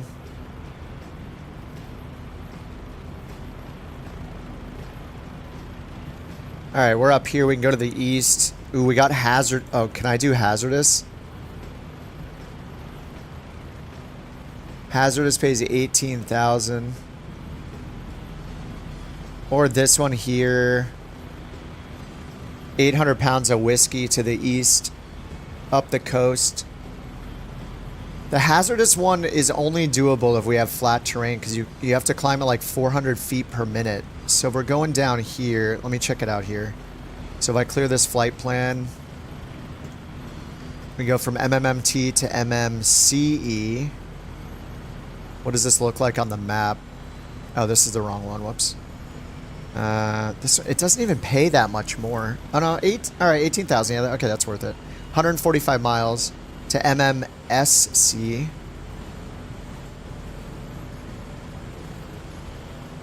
MMSC. Maybe this is doable. I mean, there doesn't look like a lot of terrain until over here, and then we're going to be in the descent. And maybe we can swing around this way and descend. I kind of want to try it. As long as we get our flight plan this way, then we could do the hazardous. But yeah, your vertical speed has to be less than 500 feet per minute. So I really need to set it to like 300 with the autopilot, because you get bumped around a little and it just fails you. If suddenly for a moment you're at like... As soon as you get bumped, like the moment you have to... The moment it bumps you more than 500, it dings you for it. It's not like a consistent vertical speed for a few seconds. I think I gotta try this one. Oh, I don't have enough cargo. Crap. Okay, never mind. Saved. Yeah, the other ones go to the west. Alright, maybe next time. I want to go to the east. I think I want to go up here to this one. 8,000. This one's 6,000. Let's do this one up here because to MMCE.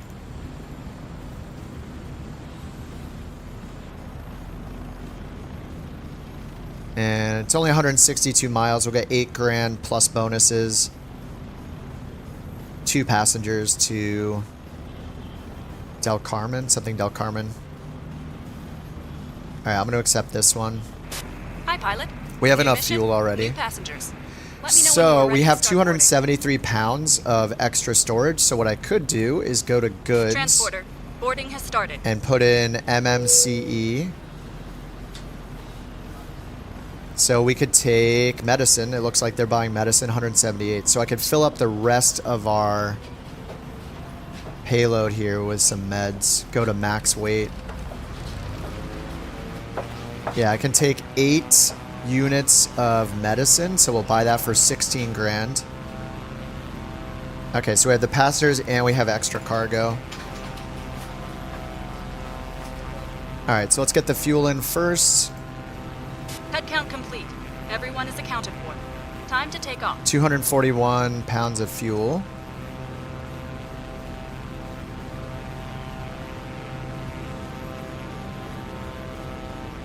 Alright, that's set.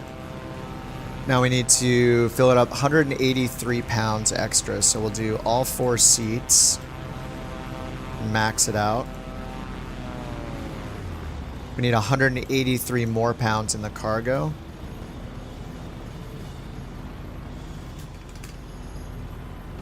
Load it. Alright, we're good. 826 pounds exactly. To MMCE. So let's go do our sim brief.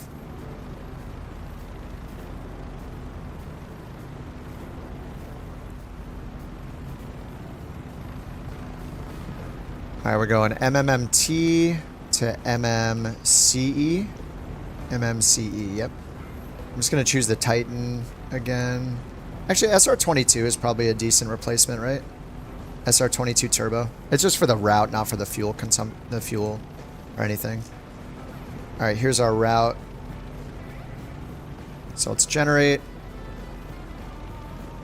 Over here. God, I love this escape. They need to put a button somewhere for that. Just hit escape and it lets you quit to the main one. Alright, we got that done. Let's import the route. So it'll bring it into our flight planner, hopefully. Looks like it failed. Alright, that's fine, whatever. We got the charts, so we should be good. MMMT, MMC. Don't need this one. Facility chart. Alright, we got tower 1181. Alright, let's let our co-pilot help this time. November 226 Sierra Bravo, looking to pick up our clearance to Ciudad del Carmen ARPT Airport. Alright, let's get this started. November 226 Sierra Bravo, Minatitlan Tower, expect runway 01. Climb 6,000 feet on runway centerline, then expect radar vectors Aluen. Squawk 3453. 6,000 feet, 3453. Expect runway 01. Climb 6,000 feet on runway centerline, then expect radar vectors Aluen. Squawk 3453. November 226 Sierra Bravo. Alright, unsuspend, back to November GPS. 226 Sierra Bravo, read back correct. Call me back when ready for start or taxi. Roger that. November 226 Sierra Bravo. Alright, pasting the route in the chat. And let's go program this in. Delete flight plan. MMMT. Runway 1. En route direct Aluen.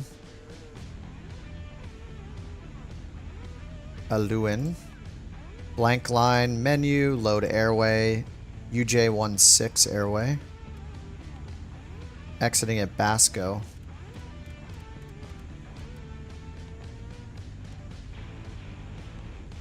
Okay, after Basco, Victor 28 airway. Menu, load airway. Victor 28. Exiting at Pigno. Pigno. There's Pigno. Okay, and then direct to the airport. MMCE. Expecting runway 31.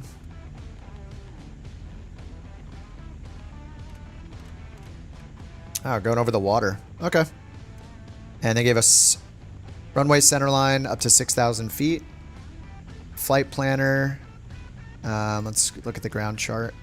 MMMT ground chart.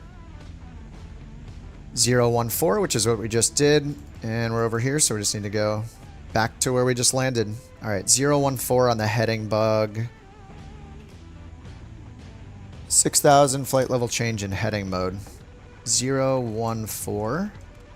That's set. 6,000 feet is set. Flight level change. 110 knots for VY. Alright, we're good. All right, taxi lights on, and I'm going to hit the button to let them know we're ready for... November 226 Sierra Bravo, ready to go, runway 01. Oh, no, we're not. He's going to yell at us. All right. We're Sierra Bravo now, it's fine. Sierra Bravo, you are nowhere near 01. Why in the world are you asking for departure clearance? Oops. All right, let's go to 01. Roger that, November 226 Sierra Bravo.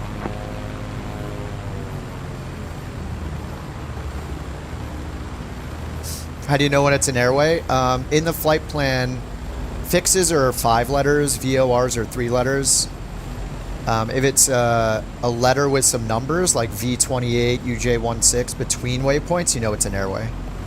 So you see in the flight plan it says ALUN and then UJ16. UJ16 is only 4 characters. So yeah, if it's 4 characters, it's usually an airport. But those will be at the far end of the flight plan. So in this case, it's, yeah, a combination of letters and numbers. That's not an airport on the left or right side of the flight plan. It's going to be between the fixes. That's going to be an airway.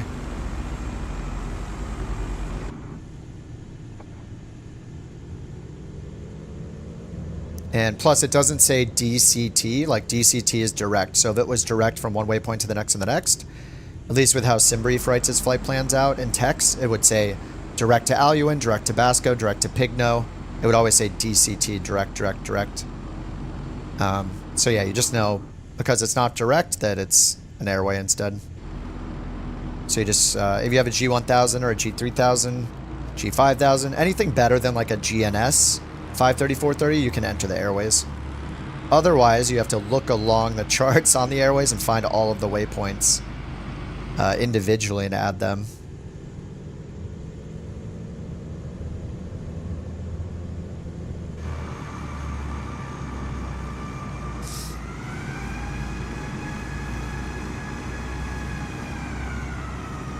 You bought the Meridian? Nice. Yeah, I mean, it's available, and the Meridian's available. I fly it in 24. It should be in your library. I don't know how long it takes, but people have said that they open 2020, buy something in the marketplace, and then, you know, it shows up in 2024 library.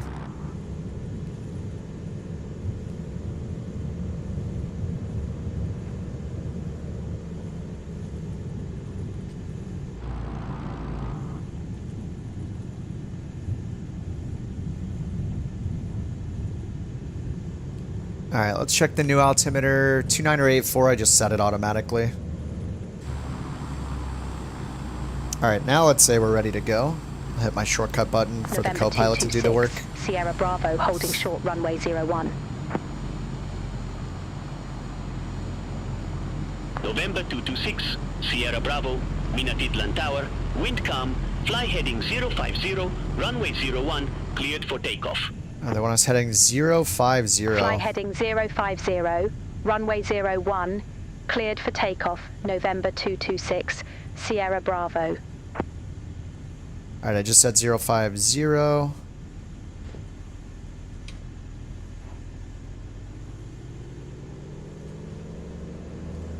Caution, wake turbulence. The big boy is here.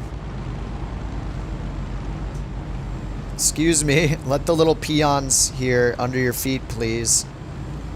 Alright, they told us we're good to go, so let's get the pump on. Everything's forward, landing light, strobe light.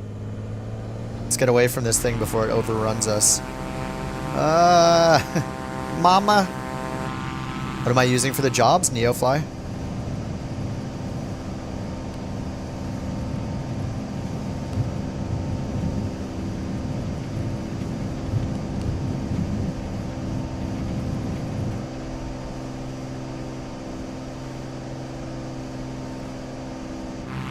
Pilot, have a nice flight.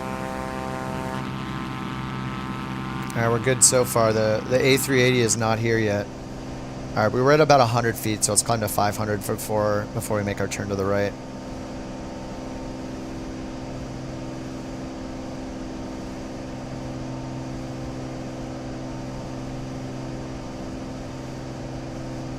Alright, there's 500 feet. Let's do our right turn.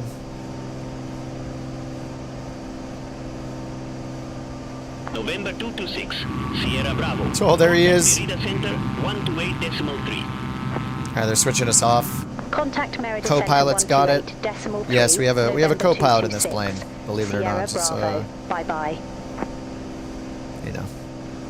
It is what it is. I'm lazy. I don't want to talk to ATC this flight. Sierra Bravo. Good day. 1,000 feet. Let's get our autopilot on. Let's get our backup pump off.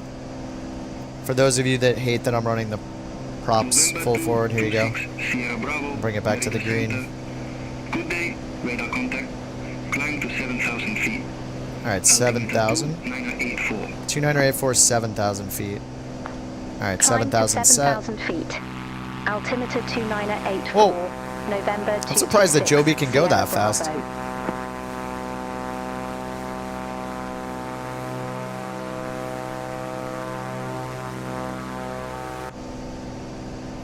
Alright, climbing it 110. And this weather is crappy.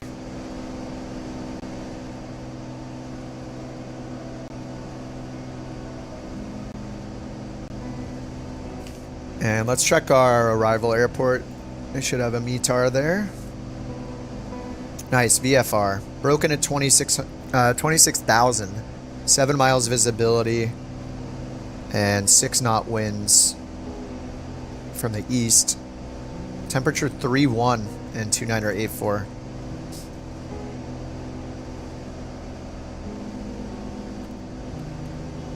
Alright, 170 miles to go.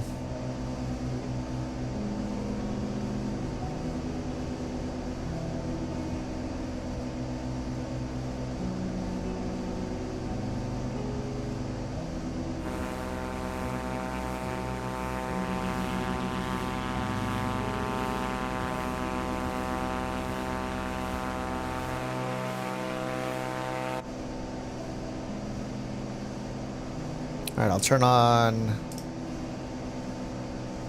nav mode for when we get closer to course, or if they just give us a direct to, it's just already on standby.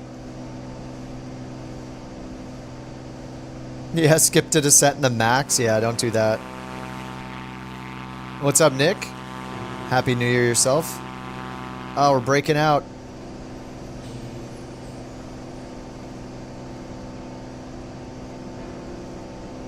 Whoa.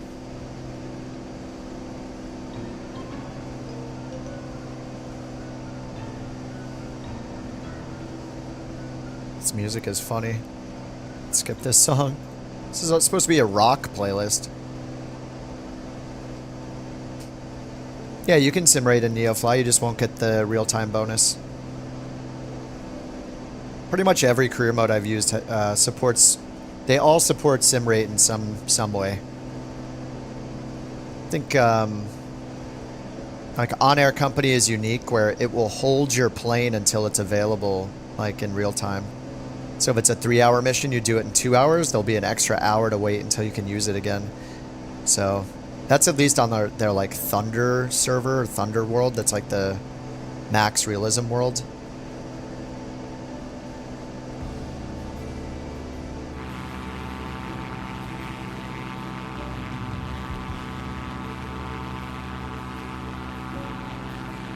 It is quite cloudy. Well, at least we'll get away from this. It's reporting VFR at the next airport, so. Recognizes your sim rating. Oh, yeah, it does recognize it. Yeah. You can use it, though. Yeah, by reducing bonus, yeah. So what Flight Sim 24 career mode should do is give you a bonus for flying in real time. So the people that like doing that, they can. And I haven't used time acceleration yet in NeoFly because of that, but we've also been doing relatively short flights so far. If I'm doing airliners eventually, I'll definitely use it in cruise.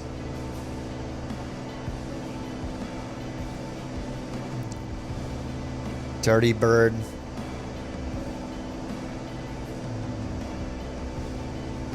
I forgot to try the repair and refuel button to see if it cleans the plane.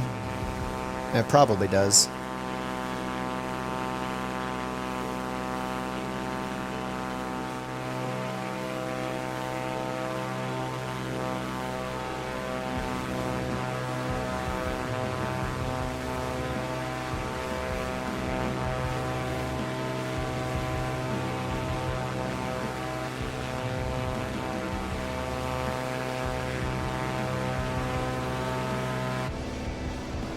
Or on the G1000 flying with a HOTAS. Oh yeah, it's night and day. Yeah, it's awesome, dude.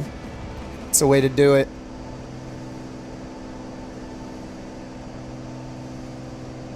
The G1000 just gives you access to so many planes. You know, once you know the avionics, like anything that has a G1000, then you're just like, all right, now I just need to learn the differences in the plane, like the handling, the startup procedures, you know, the speeds, V speeds, all that kind of stuff. But the avionics just work the same.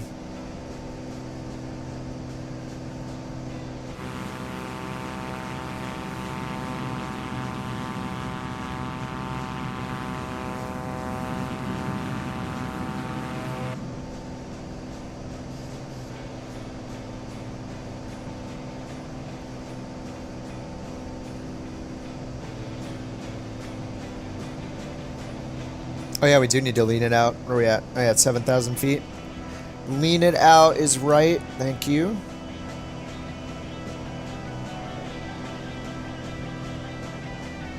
Alright, done.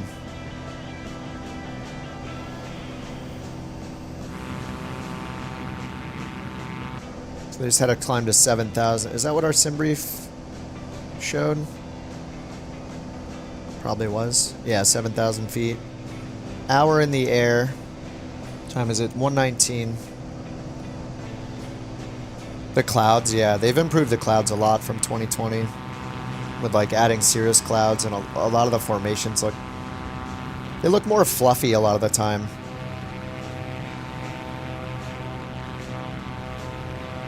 But yeah, they're pretty awesome. I mean, 2020 still looks incredible. It just, you know, yeah, there's a bump in quality here.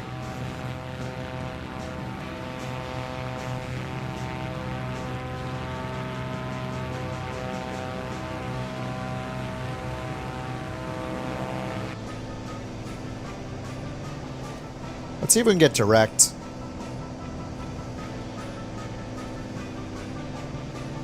November Sierra Bravo? I forget my call sign. Request direct, Pigno, Papa, India, Golf, November, Oscar. November 226 Sierra Bravo. You have not yet been cleared for your descent, and Pigno is part of your approach.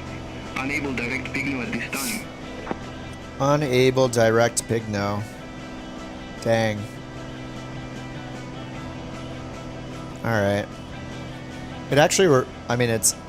We don't even have that LLM, and it understood what I was saying, even with my wrong call sign. I was like, I don't remember my call sign.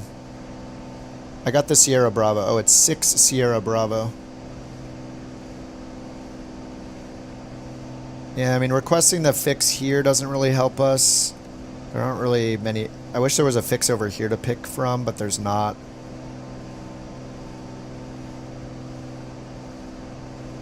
We're still on this heading they gave us. I'm just going to turn on to course again myself. I think there's just a bug where it never vectors us onto our first leg.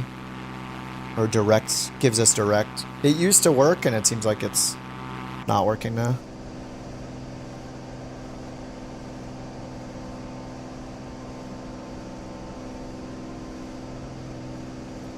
Alright, I'm just going to run the throttle full open.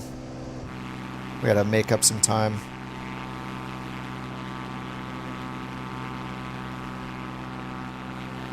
First time you played 2020, we're on the ground, 30 minutes, tried every clown combination. Yeah. Giveaway? No, I'm not doing it today. They didn't get the codes to me yet, so I'll just do it another day. Remember flying over houses, with the alpha, and when we got the alpha access for the weekend for 2024, I remember just going to different like lakes and stuff, just landing and playing with the time of day and the cloud settings and taking pictures in first person mode. In 24, it was crazy.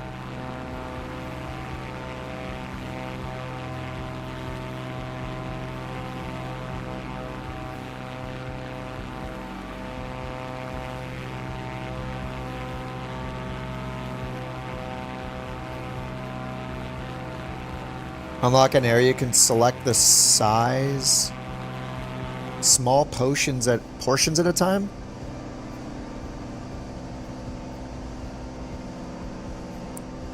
Do you mean doing like smaller hops? Like, I mean, that's what's good about NeoFly is like we connect every mission. Like we're not teleporting our pilot and our plane anywhere. Like we can do that if we want to, but you don't have to. Every single airport has a reason to fly to. Because at the very least, even if they don't have missions, which they usually do, they all have goods to buy. So there's a reason to fly to every single airport in the world. Every single one of them has goods, so you can, you know, see what's in demand. You can buy and load up that cargo and bring it to the next airport nearby to sell it at a profit. Like find which airport will buy it at a profit. It's pretty awesome.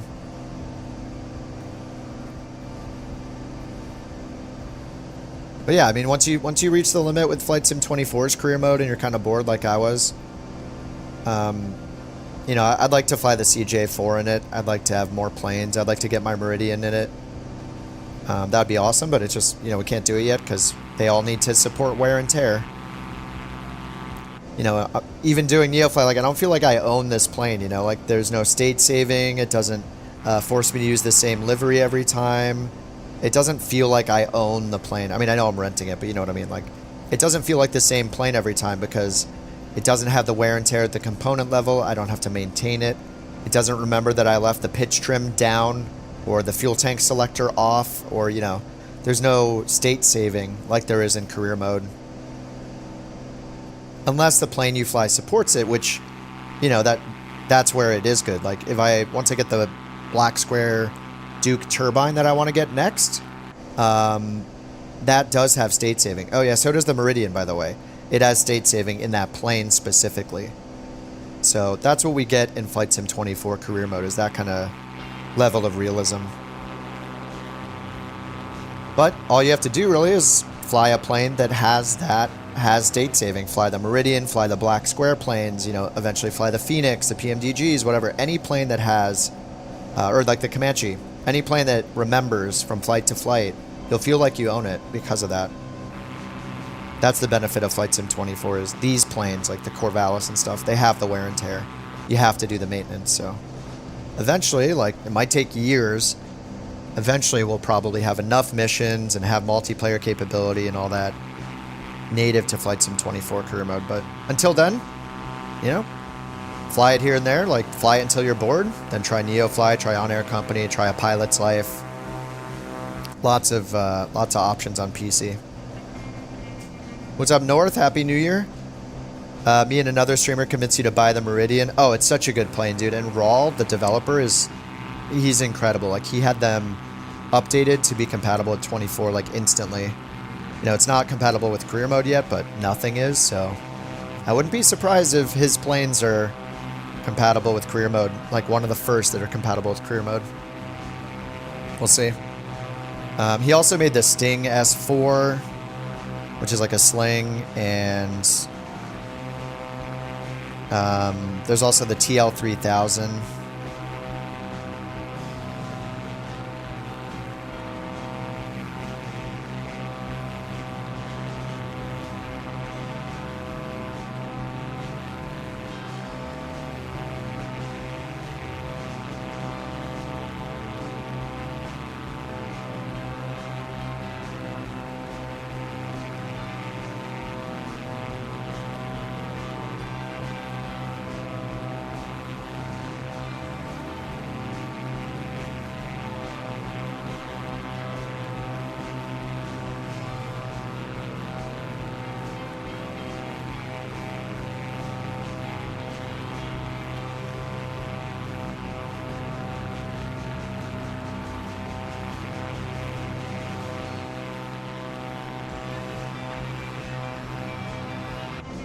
Having trouble keeping up with me?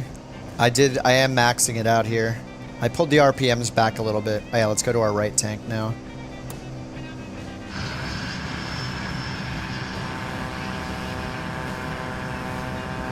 I gotta grab something real quick. Be right back. Sorry. Be right back.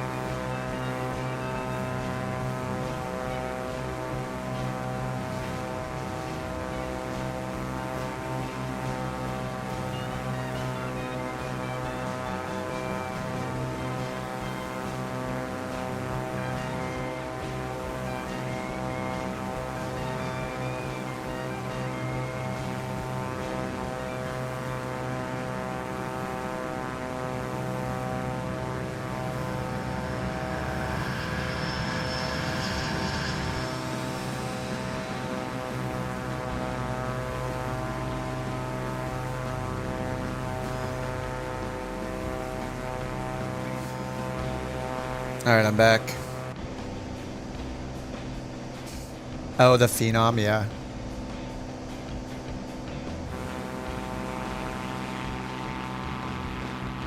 Oh, you think the Phenom will be available for career mode?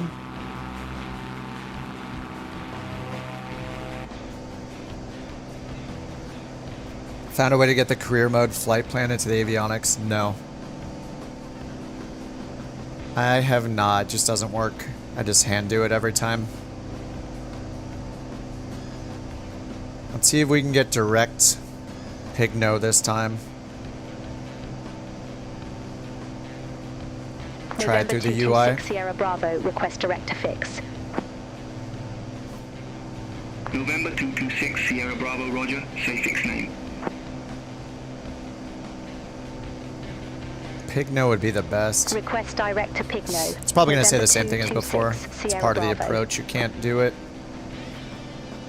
November 226 Sierra Bravo. You have not yet been cleared for your descent, and Pigno is part of your approach. Unable direct Pigno at this time. No direct Pigno.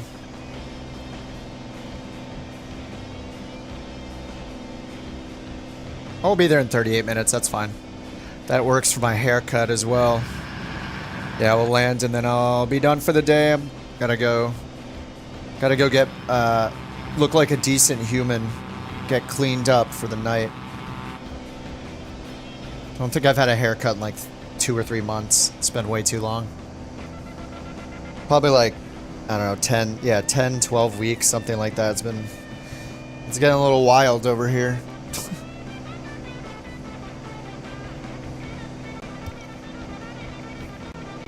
Oh, he will be sticking with the development of the Phenom before the FSR 500 for 2024. That's cool. And we'll get a new plane, so that's sweet. Avionics don't allow you to use a wireless keyboard? Really? You mean you can use the keyboard for the sim, but just not the G1000 when you click the field? Are you clicking the button to... Like when you go like this and you add the waypoint, are you clicking right here to turn on keyboard mode? You have to click right here or right here. And then this turns teal like that. Once that's active, then you can type. And then you have to click again to turn it off and then hit enter.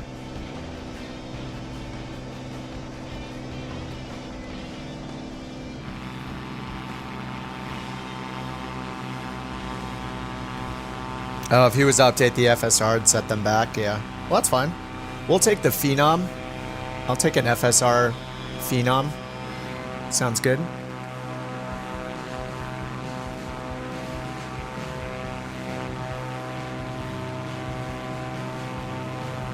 All the categories, planes, helicopters, underwhelming pay.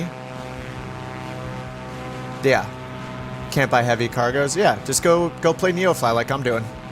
There's a billion things to do in NeoFly, so I am doing that for now. Or you could check out On Air Company or A Pilot's Life. If you want to do airliners, A Pilot's Life is amazing. Love A Pilot's Life. But if you want to do smaller, like start as a bush pilot, then do NeoFly. Forget how much A Pilot's Life it is, like $20 to $30, something like that, US. Very much worth it. You start in one airliner, like more of a budget airliner. You decide what plane type you're going to start with, you know? You're going to be in a 737 or an A320 or something. And then as you do your flights, it's all based on real world routes. Yeah, you have to start at the beginning, yeah. With NeoFly, you start at the beginning. It's more like bush pilot, rise through the ranks thing. But if you want to go straight, if you want to do airliners, do A Pilot's Life. A Pilot's Life is great. You can also match your real world. It's all based on real world airlines and real world routes. So if you like doing the airliners, I would recommend A Pilot's Life. And you can grab all the liveries, you know, if you're flying the Phoenix or the PMDGs, or I guess it would be the Phoenix in 24, but you know, it works in 2020 as well.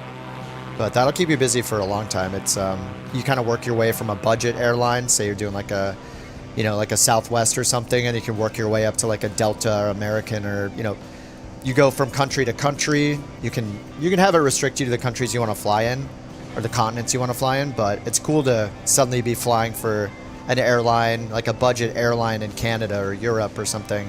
Yeah, it takes you all over the place. It's all real world routes. It's a good time.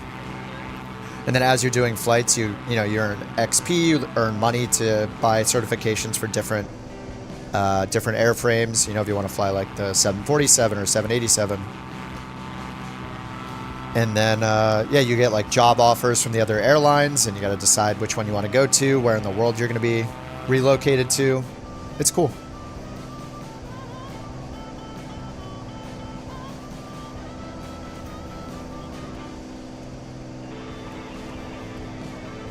Yeah, you have to click the field each time. I don't know why a wireless keyboard would not work. Like, as long as the sim knows you have a keyboard and it works in the sim, it should work.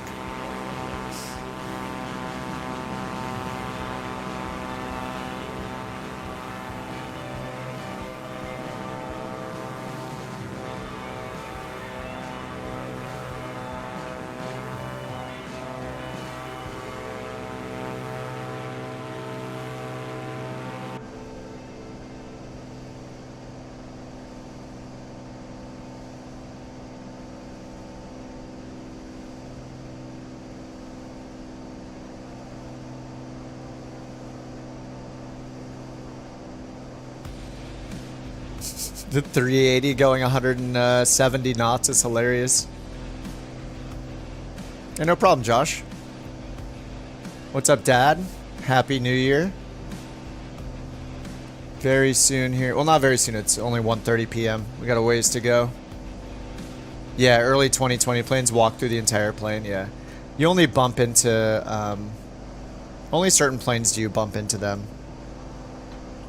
Like this one, I bump into the fuselage, but not the seats. I know I bump into the seats in this one, in cockpit camera mode.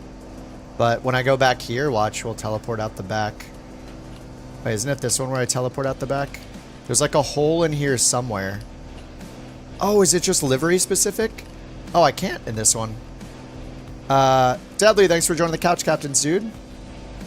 Welcome. Good to have you. Flaps for the win. That poor A380.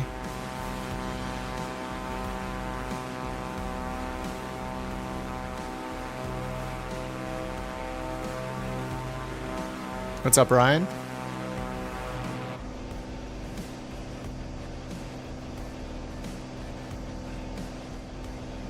Alright, so what approach are we gonna get? It's still VFR. Actually, when was this taken? 2043 Zulu. It's almost an hour old METAR then. 2984, which is the altimeter we have right now.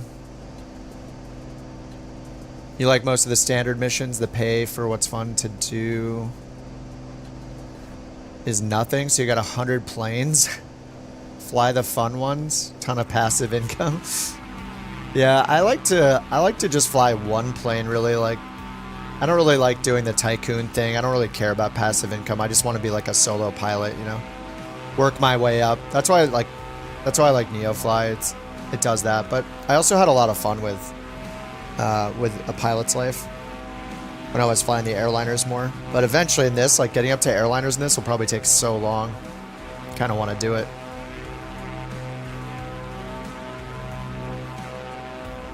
Like, I'll probably move up to like a twin. I think the Beach Turbine, the Turbine Duke is probably my next plane. I need to have a few $100,000 to rent it though. And then maybe I can get into like a business jet. Then maybe the ATR is the next choice until I get like an airline.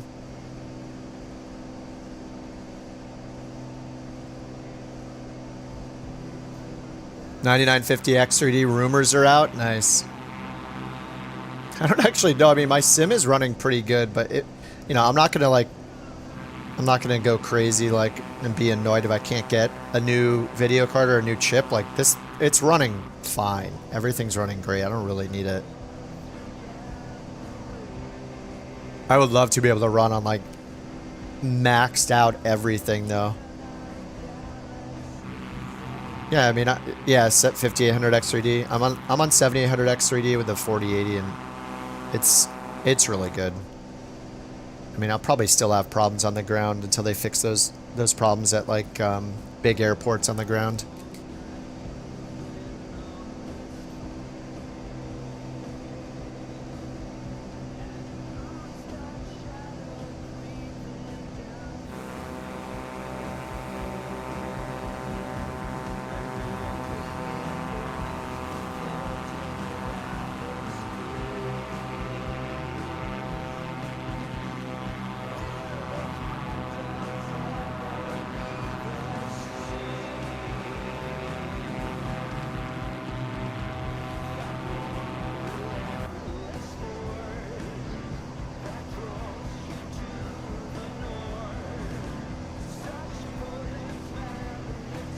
What buttons and switches should you not push? I mean, it matters the plane. Don't pull your red mixture all the way out, or your fuel condition lever to fuel cutoff, or hit fire switches. Don't hit those. Oh, I think the cargo is whiskey, actually, yeah. Here, let me check again. Oh, no, we got 2 passengers, sorry. 2 passengers. 7,300 foot runway almost at our destination over here. Yeah, the chute. Don't pull the parachute. I mean, red does not always mean bad. Like, you definitely lean your mixture. These, you know, we turn on the battery switches at the beginning. I guess once they're on, you probably don't want to hit red switches. Once you're flying. All right, how's our tank? Right and left. Right's a little more full. We're still on right tank. Leave that one alone.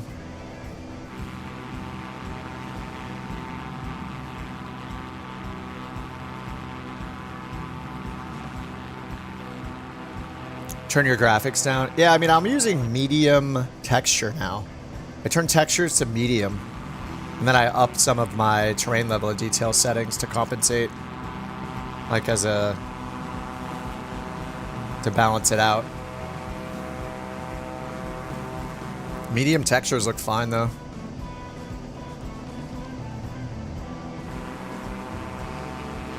Parachute? The parachute works if you're talking about the Vision Jet. Vision Jet parachute works. The Sling S4 parachute works. That's a third-party plane though.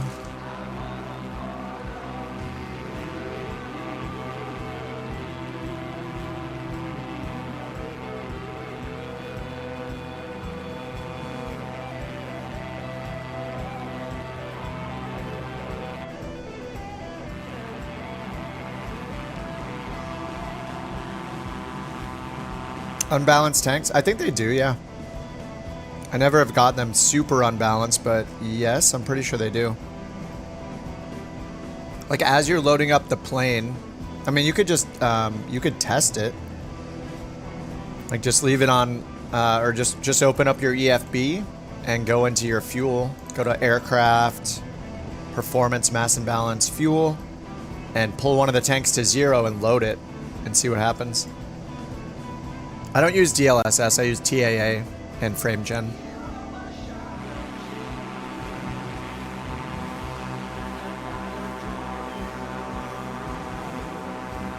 Hard Aerospace. I don't like that plane, the ES-30.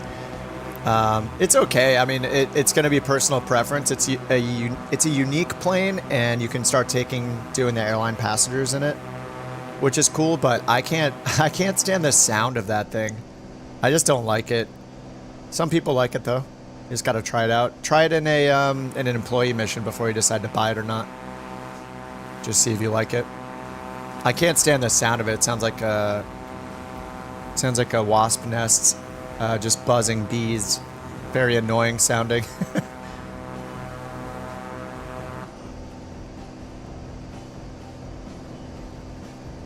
Man, I definitely got to clean the bugs off the windshield. This is disgusting.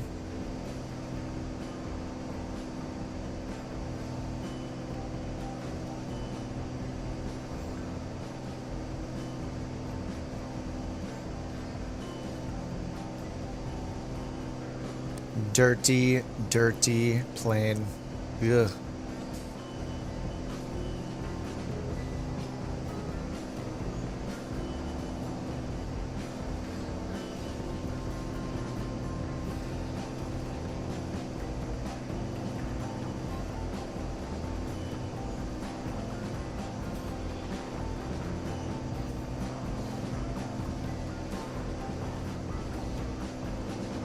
Wonder what these scratches are from.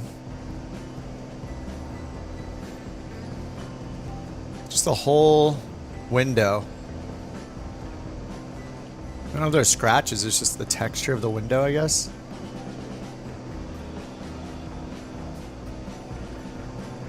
So like when somebody does their own window tint job.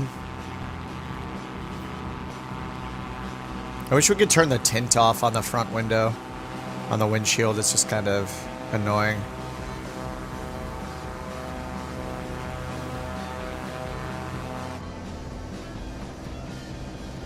You like the bonanza sound?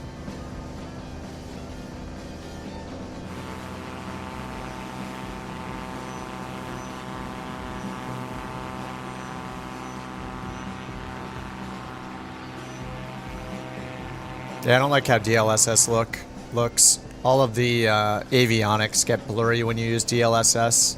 It's improved a little bit, but I prefer the sharpness on the avionics with TAA. But if you're flying like a steam gauge, then that's a good time to use DLSS. I mean, I just don't want the downscaling. I want it to be scaled at 1440 without any kind of AI blurriness. But yeah, DLSS is necessary if I'm in a bigger plane.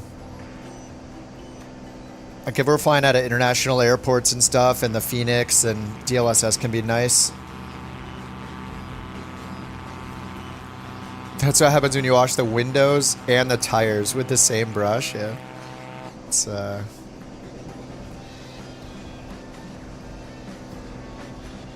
got like, are those fingerprints? Yeah, there's like fingerprints on the door too. Or on the window here.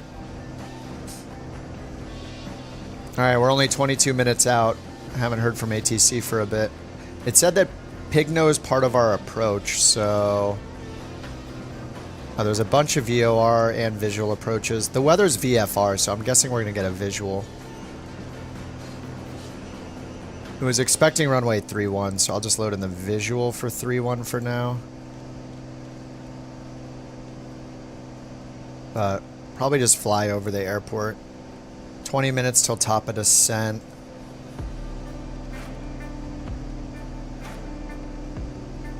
And if we want to overfly the field, let's see. Airport elevation. Sea level. I mean, it makes sense. So if we want to overfly it at 1,500 feet, we can dial that in here.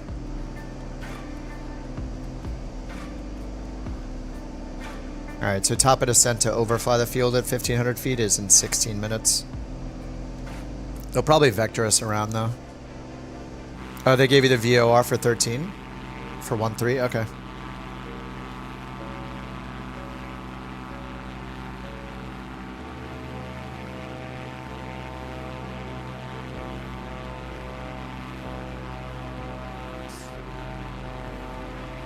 VOR Zulu 1-3 maybe? I'll set up for that just in case.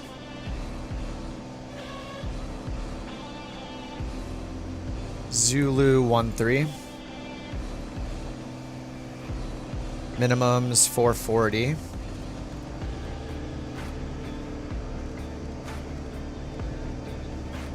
And when we load it, it should change our frequencies up here. Yep, 1130, which matches these. We got ATIS on 127.8, so we can listen to that. Should be close enough for it. 127.8 on COM 2. Should tell us which runway they're landing on. 090 at 6, visibility 7, ceiling 26,000 broken, temperature 31, dew point 22, altimeter 2984, landing and departing runway 13, transition level 195. Advise on initial contact, you have information Zulu. Alright, nice, we got information Zulu.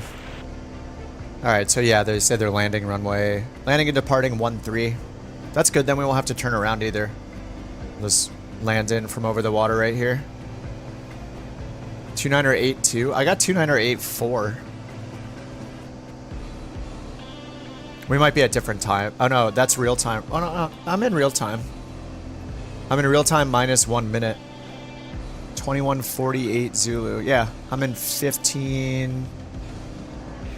21... Yeah, 47 Zulu. I'm just 1 minute behind in real time. From real time. So we can see each other.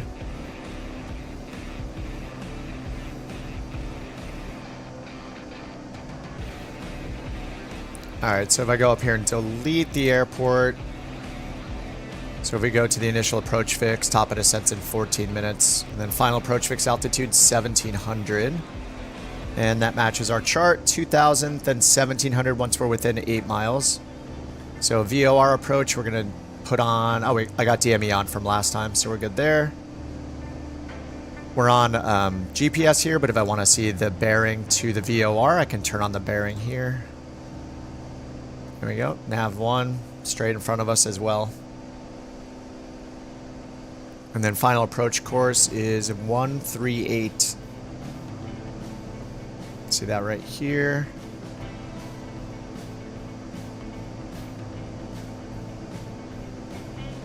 Alright.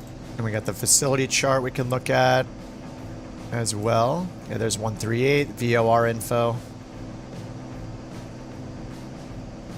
This is cool to land on an island again. And we got the ATIS.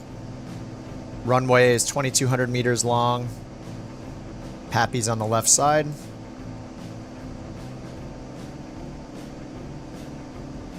And 20 minutes until we get there. Can you clean the plane? I think I'm guessing the way to do that in free flight, if you don't reload in. I think every time you reload in, it's going to be clean. I'm guessing we can use the repair and refuel. I'll try to remember once we land to test it. But there's a shortcut called repair and refuel. I bet if we hit that, the repairs, I bet include the cleanliness.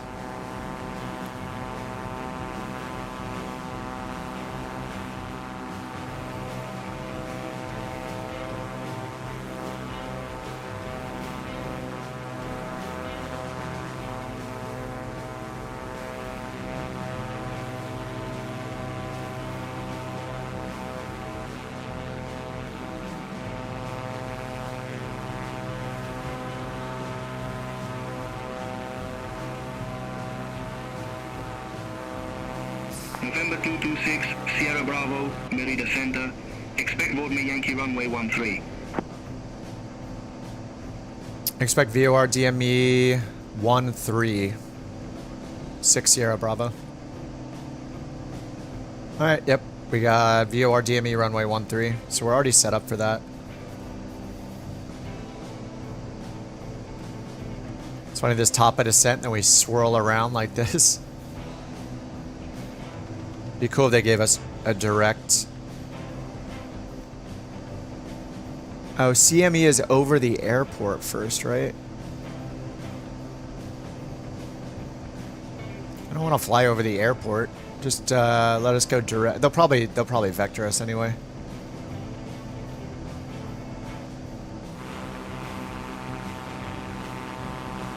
PFD says traffic.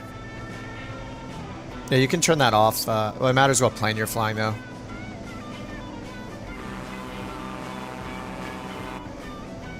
Look for any traffic map settings, and you should be able to turn off traffic awareness or whatever, or TCAS, or get rid of all those warnings.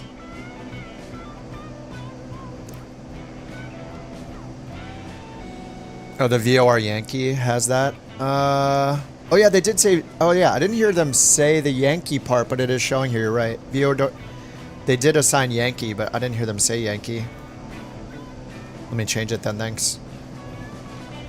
DME Yankee runway 13.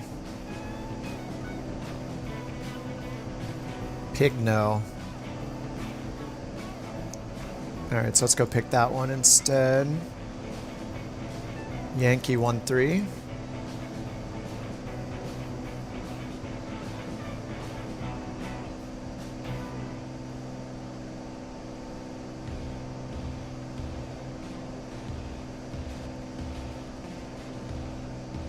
Alright, so our minimum's here, 440. Alright, let's load that.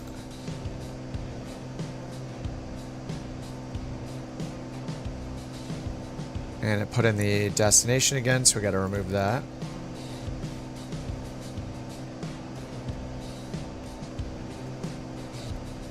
The heck? Alright, direct pig no. Alright, there we go.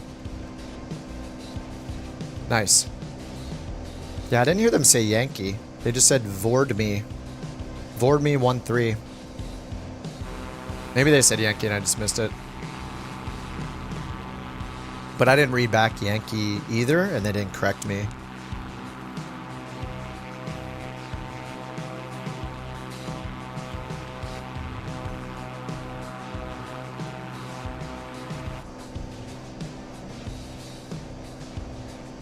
Alright, top of descent, 4 minutes.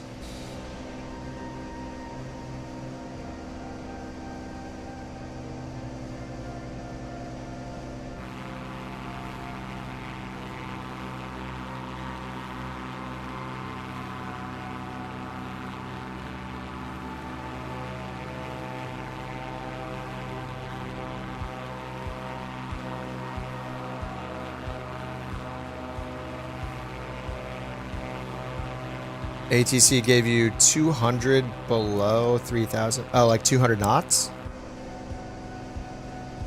Like beyond ATC will say that sometimes. Like if you have an arrival that has speed restrictions, it'll say that.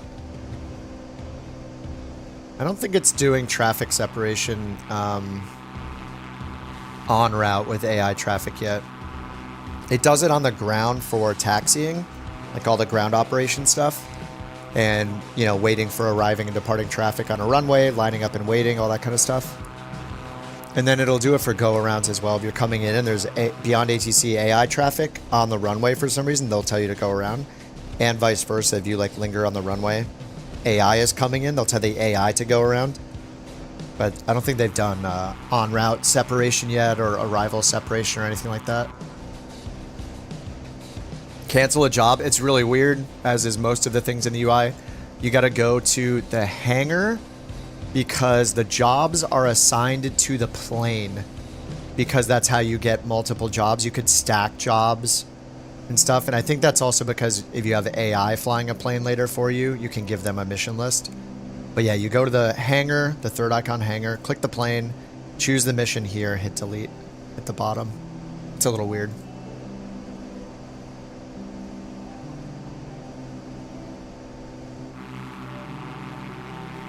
Civilization. Somewhere out there. There. Buildings. 226 Sierra Bravo, board me Yankee runway 13. Report ready for descent. Ready for descent. Sierra Bravo. November 226 Sierra Bravo. Fly present heading, descend to 6,000 feet, altimeter 2984, Ciudad del Carmen up, landing runway 13. Oh yeah, she'll reply. Alright, present heading 6,000. Descend to 6,000 feet, altimeter 2984, Ciudad del Carmen arced landing runway 13, November 226 Sierra Bravo.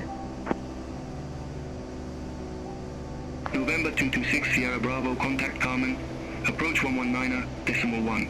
Alright, heading mode, present heading Contact down Carmen, to approach 6,000. 119er, decimal 1, November 226 Sierra Bravo. This does not sound like rock music. This is a Carmen, rock November playlist? 226, Sierra Bravo. Good day. 6,700 feet with information There we go. Zulu. Yes. November 226 Sierra Bravo Carmen approach. Altimeter 2984, expect the Fort Yankee runway. 13 with the Pigno transition. Alright, we got that. Board me Yankee. Altimeter 2984. 13 expect the Pigno. Fort Yankee runway. 13 with the Pigno transition. November 226. Alright, let's go to the Sierra left Bravo. tank. Mostly on the right tank. November 226 Sierra Bravo. Cleared direct Pigno, cross Pigno at or above 6,000 feet. Cleared board main Yankee runway 13. Nice. Alright, they cleared us for the approach, so we can Cleared go direct use Pigno, VNav. Cross Pigno at or All the above way down to 6,000 feet. 1,700. Cleared board me Yankee runway 1700's here in the 13, FAF. November 226 Sierra Bravo. I love it when they just clear us. Alright, down to 1,700, selected altitude. November 226 Sierra Bravo, contact Carmen Tower 118, decimal 4. Have a good day. VNav is not Over working. to There we Tower go. 118.4, November 226 Sierra Bravo. Bye-bye. Alright, over to tower. So we're going to stay on GPS until Carmen we're Tower, November 226 on final, then Sierra we can Bravo, switch over board me to Yankee runway 13. align with the VOR. November 226, Sierra Bravo, Carmen Tower, wind 090 at 6, runway 13 cleared to land. And Runway cleared to 13 land cleared to 35 November miles out. 226 Whoa, Sierra Bravo. the service. The guy's playing Flight Sim on his Steam Deck or whatever. He can't be bugged. He's playing Path of Exile 2. He just wants to be done with us. He's like, all right, yeah, you're 6 hours away. All right, clear to land. I gotta level up my warrior. Which is understandable. I don't want to hold him back from that. It makes it easier for both of us.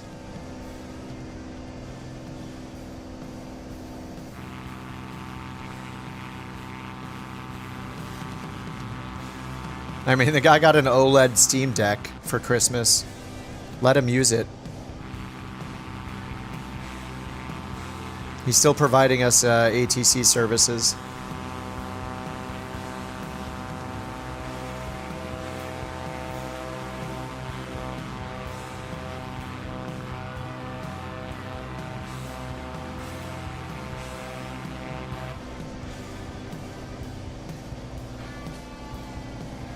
Once we cross Pigno, I mean, we're supposed to go and do all these waypoints. I want to like go direct to here though. Just go.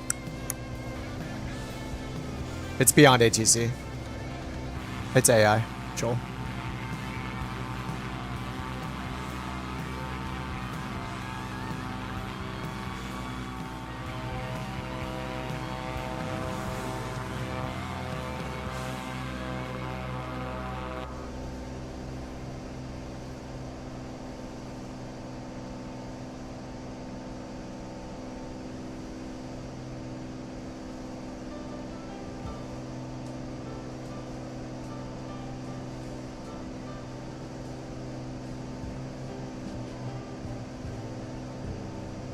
What's that?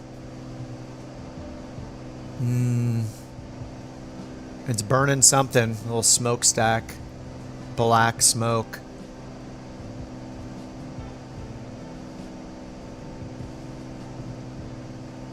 Alright, we got V-Path on.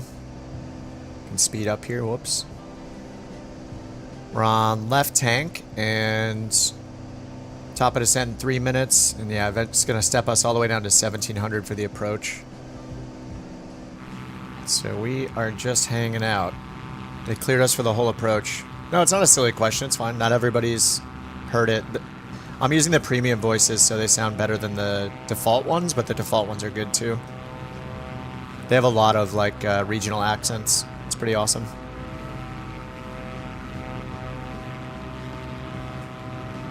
It's cool. They make updates and add like airport operations specifically to certain airports pretty often. So when you're flying at bigger and bigger airports, I wonder if they'll eventually do like smaller airports.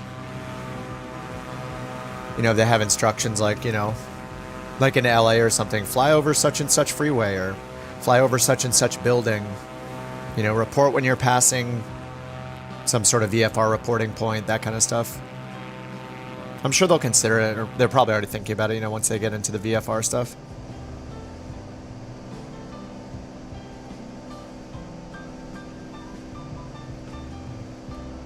This rock station isn't only playing rock, but the music's not bad. We'll take it.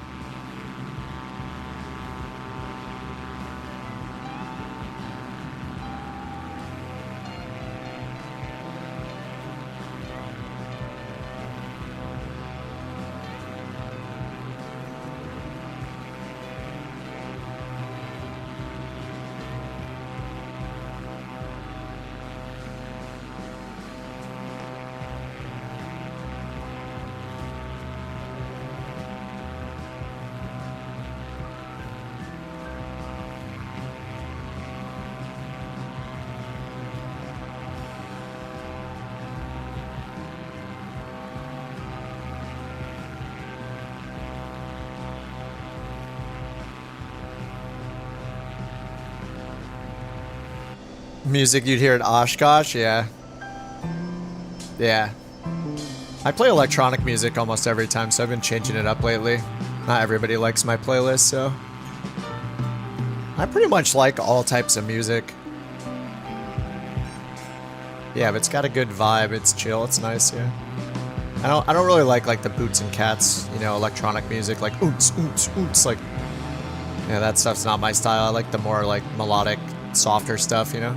I like chill stuff in general. But then again, I'll also listen to death metal, so there's that.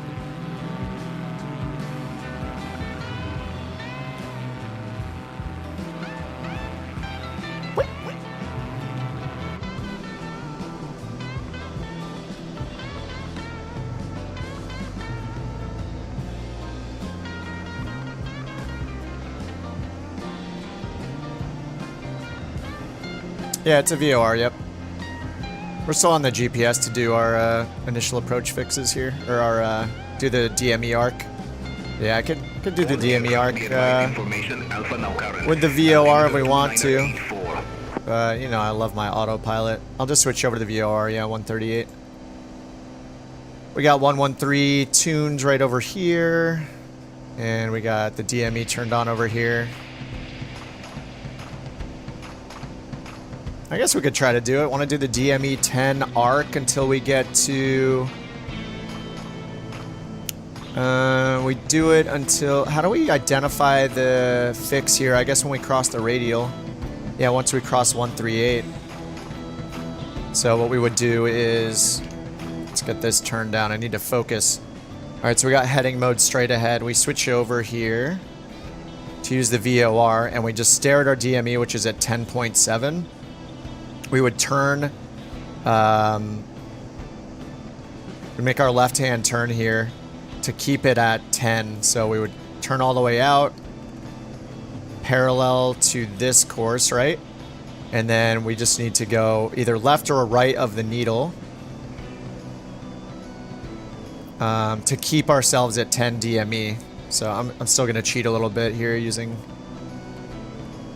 the autopilot. So we're at 9.2 DME, so I need to go to the left of the arrow to get outbound a little bit more. But we can do like the, what is it, twist 10, turn 10. Oh no, I don't have the course. Wait, I had 014. Oops. This was from the last one, yeah. 138. Course is wrong. So then we go parallel, right? 138, yeah.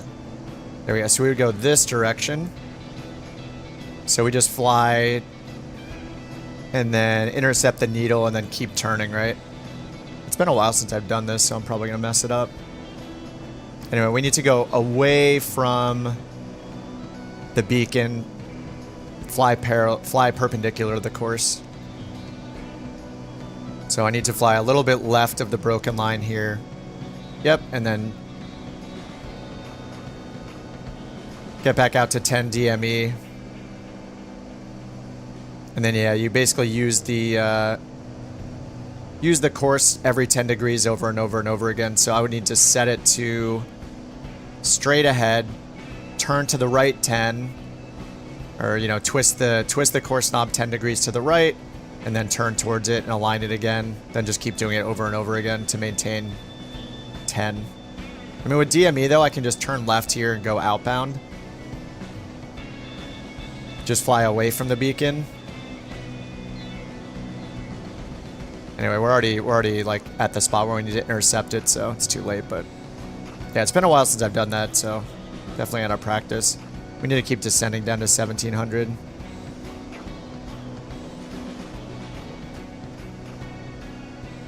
All right, the needle's coming in. We'll just turn and intercept it.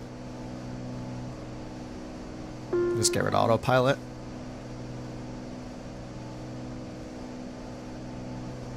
Alright, we go down to 1700. 1700 DME 6.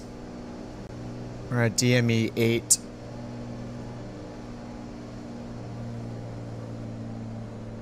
We're doing both Viper. We're in free flight doing NeoFly for NeoFly career mode. Alright, 127 knots, so I'm in flap range.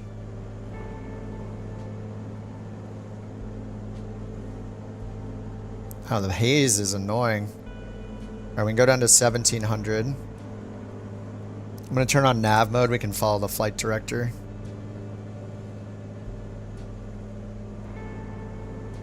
Alright, we can go down to 1700 feet. Virtual airline flight? No. Well, it's a career mode. We're using an app called NeoFly for career mode. I've done like everything and almost everything you can do in the regular career mode, the Flight Sim 24 career mode, so haven't done NeoFly for a while. But it's free. I recommend it if you're bored of the Flight Sim 24 career mode.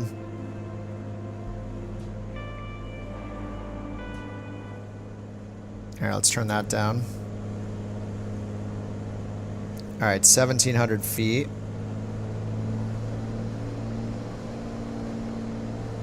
And minimums are 440, so we can continue our descent. Once we're at DME 5, oh no, sorry, DME 6, we can continue the descent, and we just crossed that, so we can just keep going down. We have flaps 1 out. Yeah, they have paid options for more features and stuff, but yeah, the main part of NeoFly is free. I mean, NeoFly and the other career modes like On Air, and there's a lot of career mode apps over the years. Flight Sim 24's career mode's the newest, so it's going to have the least amount of stuff to do. Like NeoFly, you can pretty much use any plane you want, fly anywhere in the world. You know, it's been developed over a longer period of time.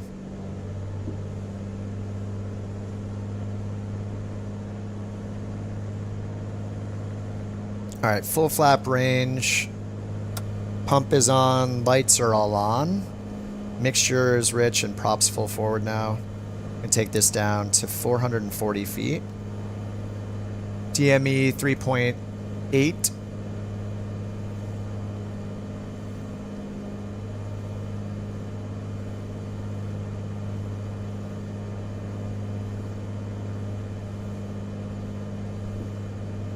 Yeah, I mean, they have pretty much, they support basically every plane. So yeah, once you feel limited by FS24, like, yeah, I would highly recommend checking out NeoFly. Alright, runway's right in here.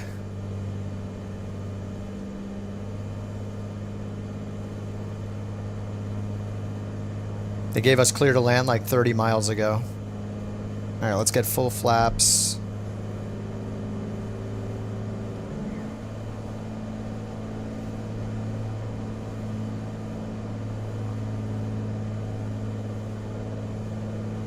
Beef up the career mode. Oh yeah, they will. I imagine they're gonna invest a lot of time into the Flight Sim 24 career mode. Like they want us playing it. They want us buying planes through the marketplace to play it.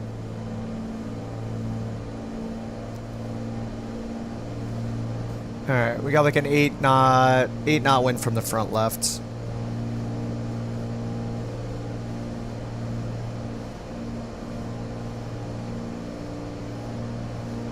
Keybind for the spoilers?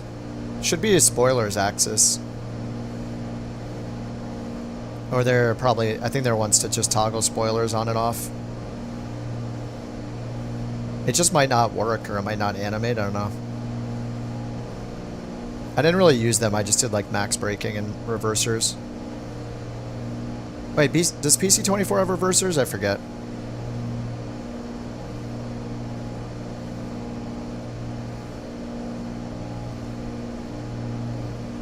Alright, we're a little low, adding power.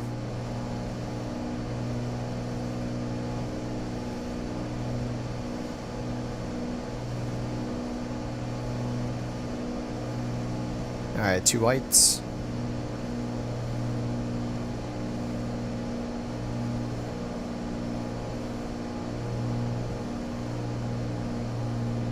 Nothing actually moves the handle. It could be an animation bug. Does it actually put the spoilers up at all? If you look on the wings.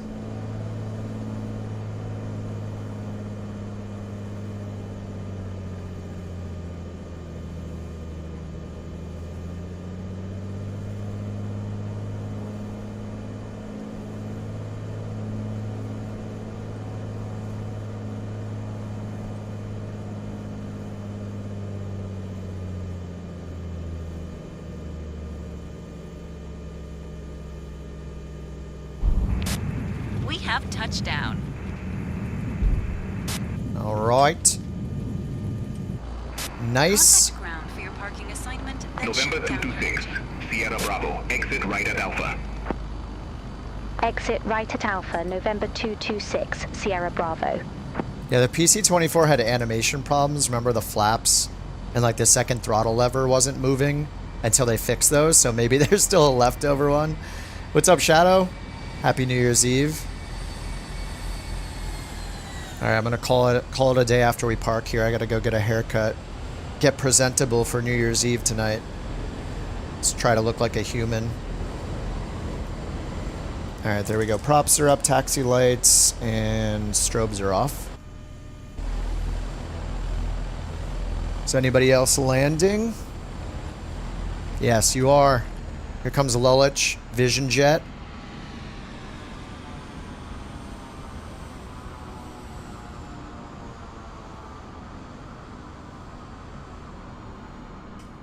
Bugaboo.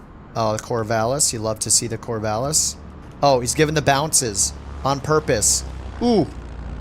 3 landings. 4 landings. 5 landings.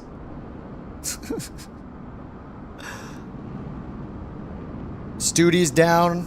MU2. It's beautiful.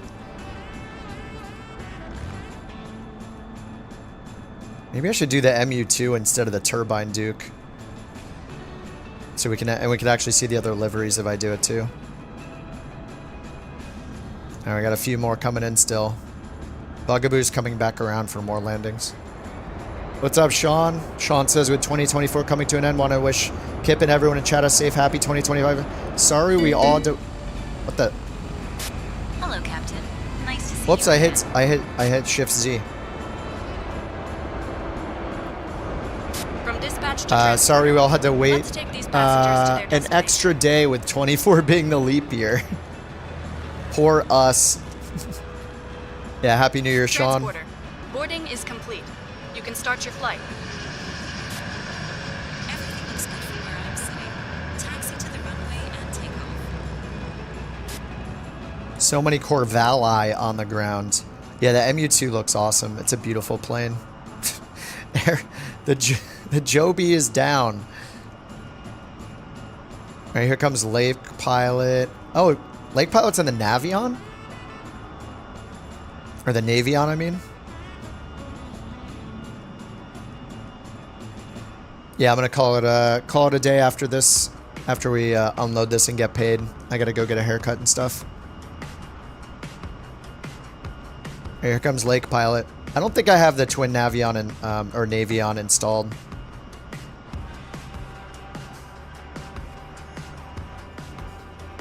I'm just gonna show a generic, I think. GG Sharon. Yeah, we had some crappy weather. I guess that is the Navion. I guess I do have it installed. Or Navion.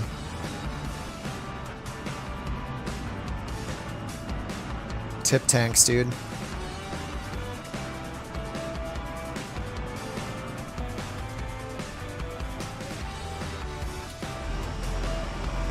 There's nothing to say about it, puppy.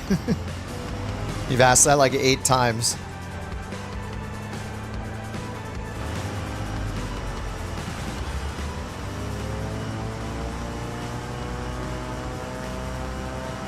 There are plenty of YouTubers talking about it. I'm sure you can find them.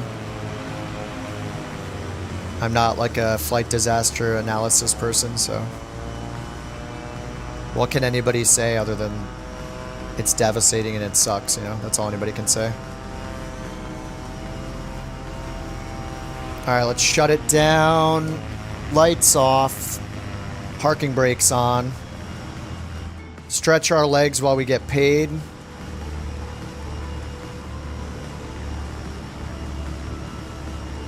I think we already got paid, right? Oh, I have to sell the extra cargo too. Where is it? Bring 2 passengers to MMCE. Yeah, we're here. Wait, did it not count? Oh no, did it break when I hit slew mode? Okay, let me change to... Let me reload it, I guess? I think I broke it because I accidentally hit slew mode. Oh, now it says 862 pounds. Wait, what if I start it and then shut it off? You're good to go. Contact the tower for clearance.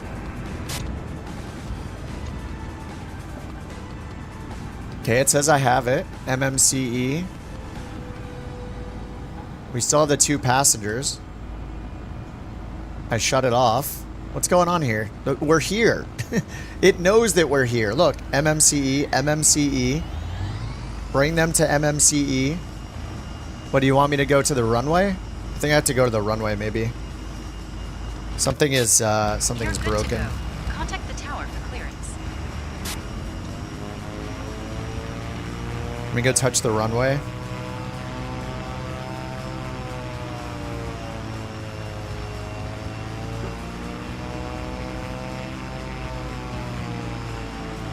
Take off and land.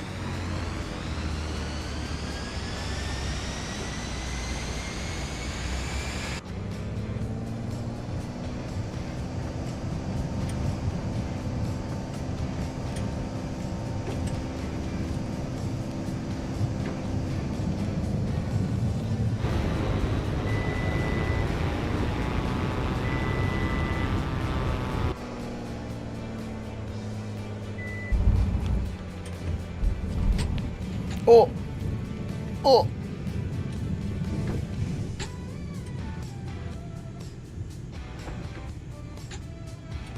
What the heck?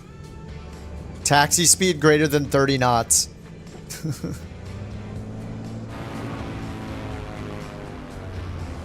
Losing all my reputation. Whoops.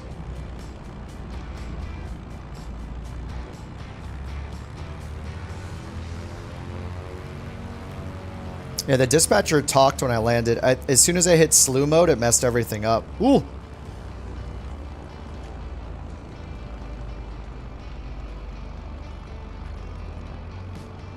Let me try to shut it down here.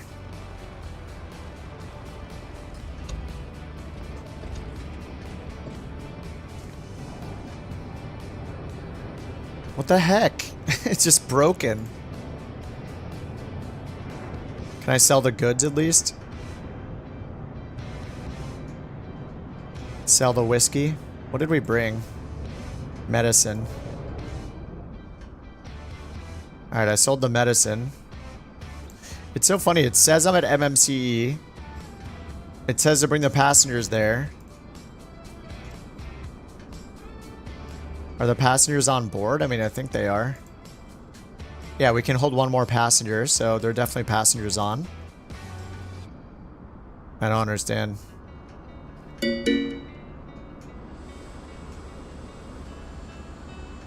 We're here. Crew matching plane. Set your parking brakes. Hello, pilot. Let's see what's on the books for you today. It doesn't like me. Transporter from dispatch. The passengers for the concert are waiting for you at the boarding parking. What?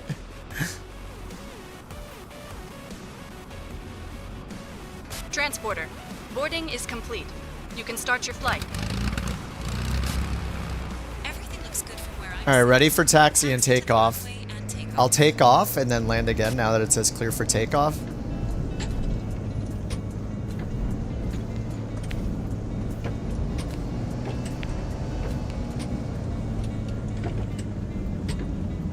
Cancun mañana? Yeah. Sounds good. What a way to ring in the new year in Cancun. We'll spend New Year's Day in Cancun. Alright, let me get airborne and then land again now that it thinks the flight is happening. What a weird bug. Hey, you brought the passengers to the airport you're at, like you were supposed to.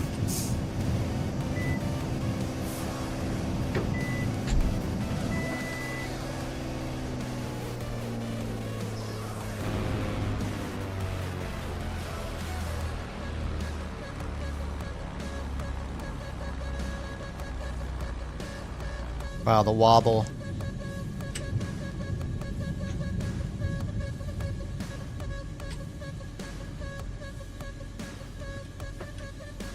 Yeah, she did say have a good flight. Ready for taxi and takeoff. Oh man, this is annoying. See airplane guy? See a puppy?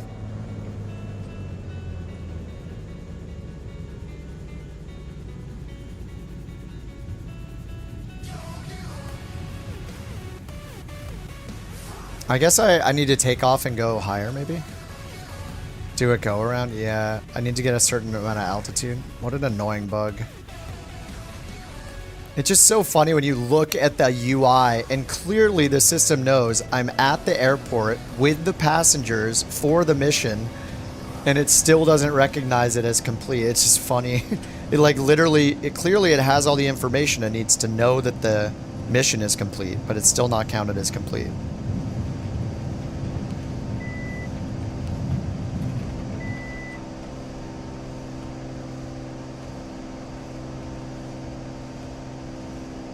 Have a safe trip. We Okay. hope you enjoyed your stay here. We'll look forward to welcoming you back soon.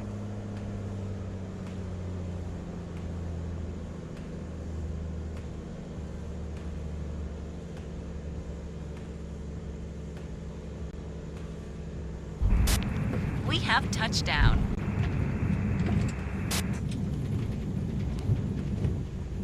Taxi to parking and shut down your engine.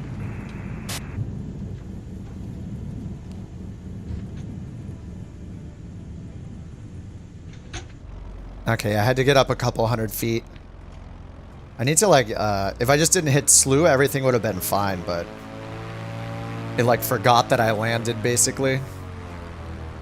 All right, Max, have a good one. Happy New Year. Yeah, I'll be on tomorrow for sure. All right. Transporter. Disembarkation in There we go. progress. It worked. Stand by. Very nice. Okay.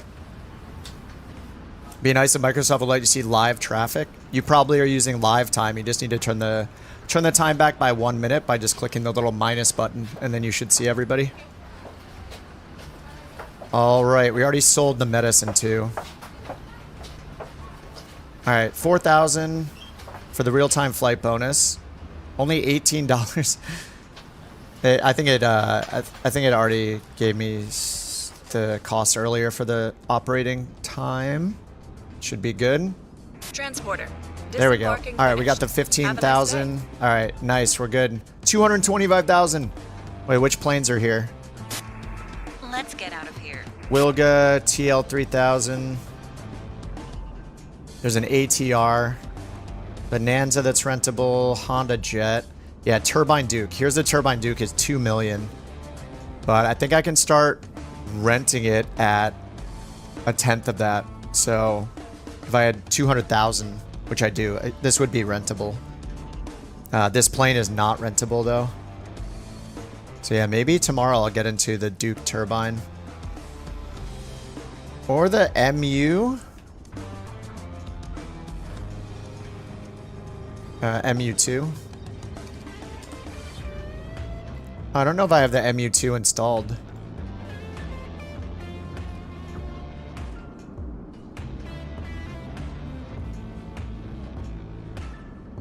Maybe I have to tick the MU2.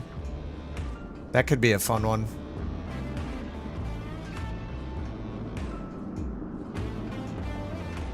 Where is it?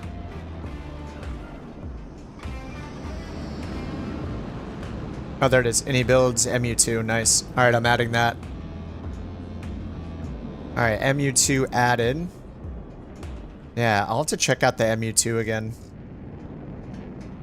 Oh, and there's the M500. 1.8 million. 5 passengers, kind of nice. All right, exiting NeoFly. GG's. Happy New Year, everybody. Thanks for hanging out. Yeah, I didn't get the codes in time. Their team is like not fully around, so they said they'll get them to me when they can. So hopefully, you know, maybe by tomorrow or the next day, we can do some more Beyond ATC giveaways, or maybe the weekend. You know, whatever. In the coming streams, it will happen. I've already asked them. I've already placed the order. Thank you guys for flying along. Deadly, thanks for becoming a couch captain again. Much appreciated. And yeah, stay safe out there. You know, all the normal things. Don't drink and drive. Take an Uber. All that stuff. Just pay for the Uber if you're gonna go out drinking stuff, which I am. I will be taking a car, you know, myself. So do it. It's not worth it. You want to be able to come back and play NeoFly tomorrow. So take the car. Take the car. Okay. Okay. Cool. All right, guys. GG's. I will see y'all tomorrow. If I'm on a little later than normal, then you know I had a good night, I guess. Alright guys, have a good one. Thanks for the close escorts today too. Much appreciated. Alright guys, have a good one. Bye-bye. Haircut time. See you guys on the Discord. Later. Bye-bye.